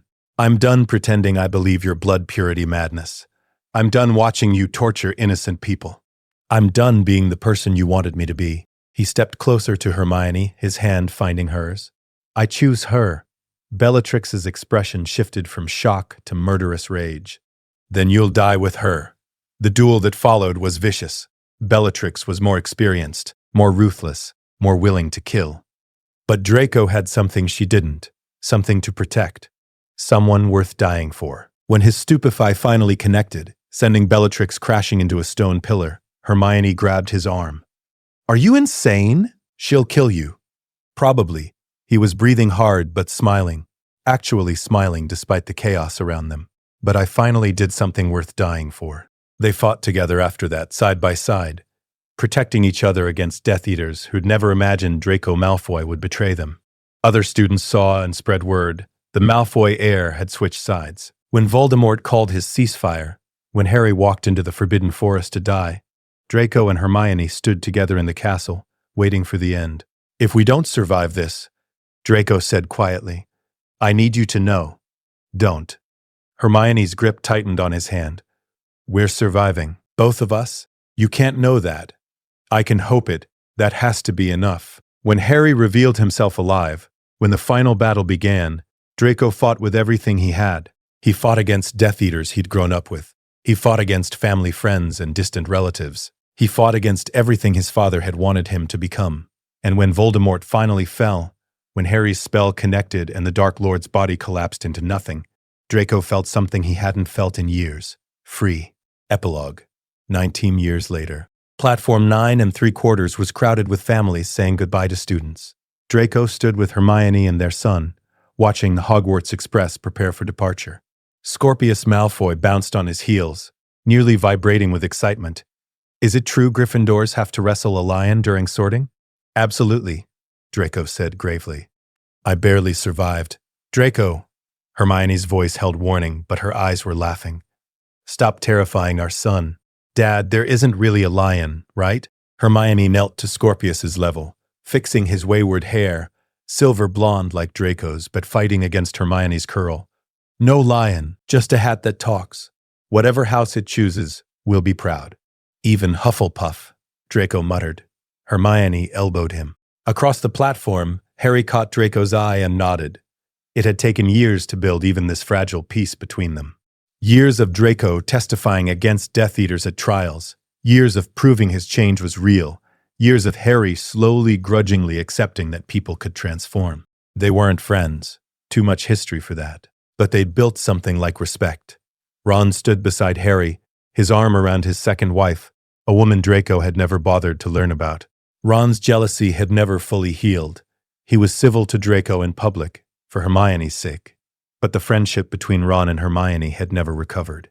Some wounds didn't heal, but others did. We should go say hello to Harry and Ginny, Hermione suggested. Let the boys meet before school. They walked across the platform together, Hermione's hand in Draco's, their son between them. Draco felt the stares.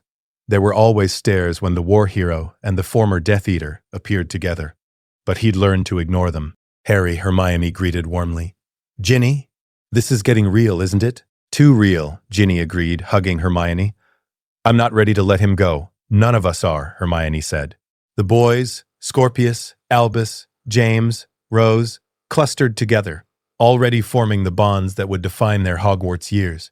Draco watched his son laugh at something Albus said, saw him tentatively befriend children of people who'd once been enemies. It's different for them, Harry said quietly, following Draco's gaze. They don't carry our history. No, Draco agreed. They get to just be children. That's all I wanted for him. The train whistle blew. Students hurried to board. Parents called final reminders. Scorpius hugged Hermione fiercely, then turned to Draco. Love you, Dad. Love you too. Draco's voice was rough. Be good. Be brave. Be better than I was. I will. Scorpius boarded the train. They watched it pull away, watched their son wave from a window until the train disappeared around a bend. He'll be fine, Hermione said, though her voice wavered slightly. I know. Draco pulled her close, kissing her temple. He's brave like you. He'll be more than fine. They stood together on the platform long after other families had left, holding each other, grateful for what they'd built from the ashes of war and hatred and impossible love. Do you ever regret it? Draco asked quietly. Choosing me over them? Ron and Harry? Hermione considered. I regret the pain it caused, but I don't regret choosing you. We rebuilt some of what broke. Harry came around. Ron didn't. But that's not my fault, and it's not yours. Some people can't accept change. I'm sorry you lost him. I gained you. Fair trade. Draco laughed, despite the heaviness of the conversation. You're supposed to say no trade was necessary. That you got both. I'm practical. She smiled up at him. And honest. Ron couldn't forgive. That's his choice. But I chose you, and I'd choose you again, every single time. Even knowing what it would cost? Especially knowing. Her hand found his left arm touching the spot where the dark mark was hidden under his sleeve. Faded now, but never gone. I chose you knowing everything. The mark, the history, the pain. I chose the real you, Draco, not some perfect version. The actual, complicated, trying every day to be better you. I love you, he said, pulling her closer. I love you too. She kissed him softly. Now come on. Let's go home. We have the house to ourselves for the first time in 11 years. I have plans. Plans, very specific plans that involve no discussing our son's Hogwarts anxiety. Draco laughed, genuinely, freely, the way he'd learned to laugh over 19 years of building a life with her. They disapparated together, leaving platform 9 3/4 behind, heading toward the home they'd made together. A home built on choices, on change, on the revolutionary idea that love could transform everything. Even a boy raised in hatred, even a girl who had every reason to hate him back. They'd chosen each other when the world said they shouldn't. They'd fought for each other when everyone said they couldn't. They'd built a family, a life, a love that proved blood meant nothing compared to choice. And in the end, that was the greatest magic of all. Let us know what you would like to see next. The end.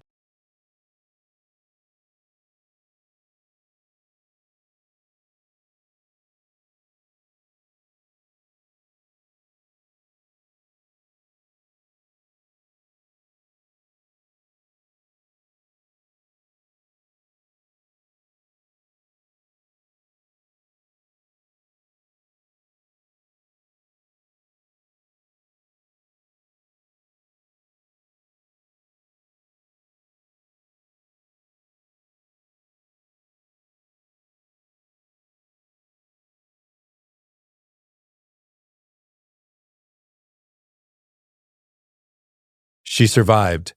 Let us know what you'd like to see next. The end.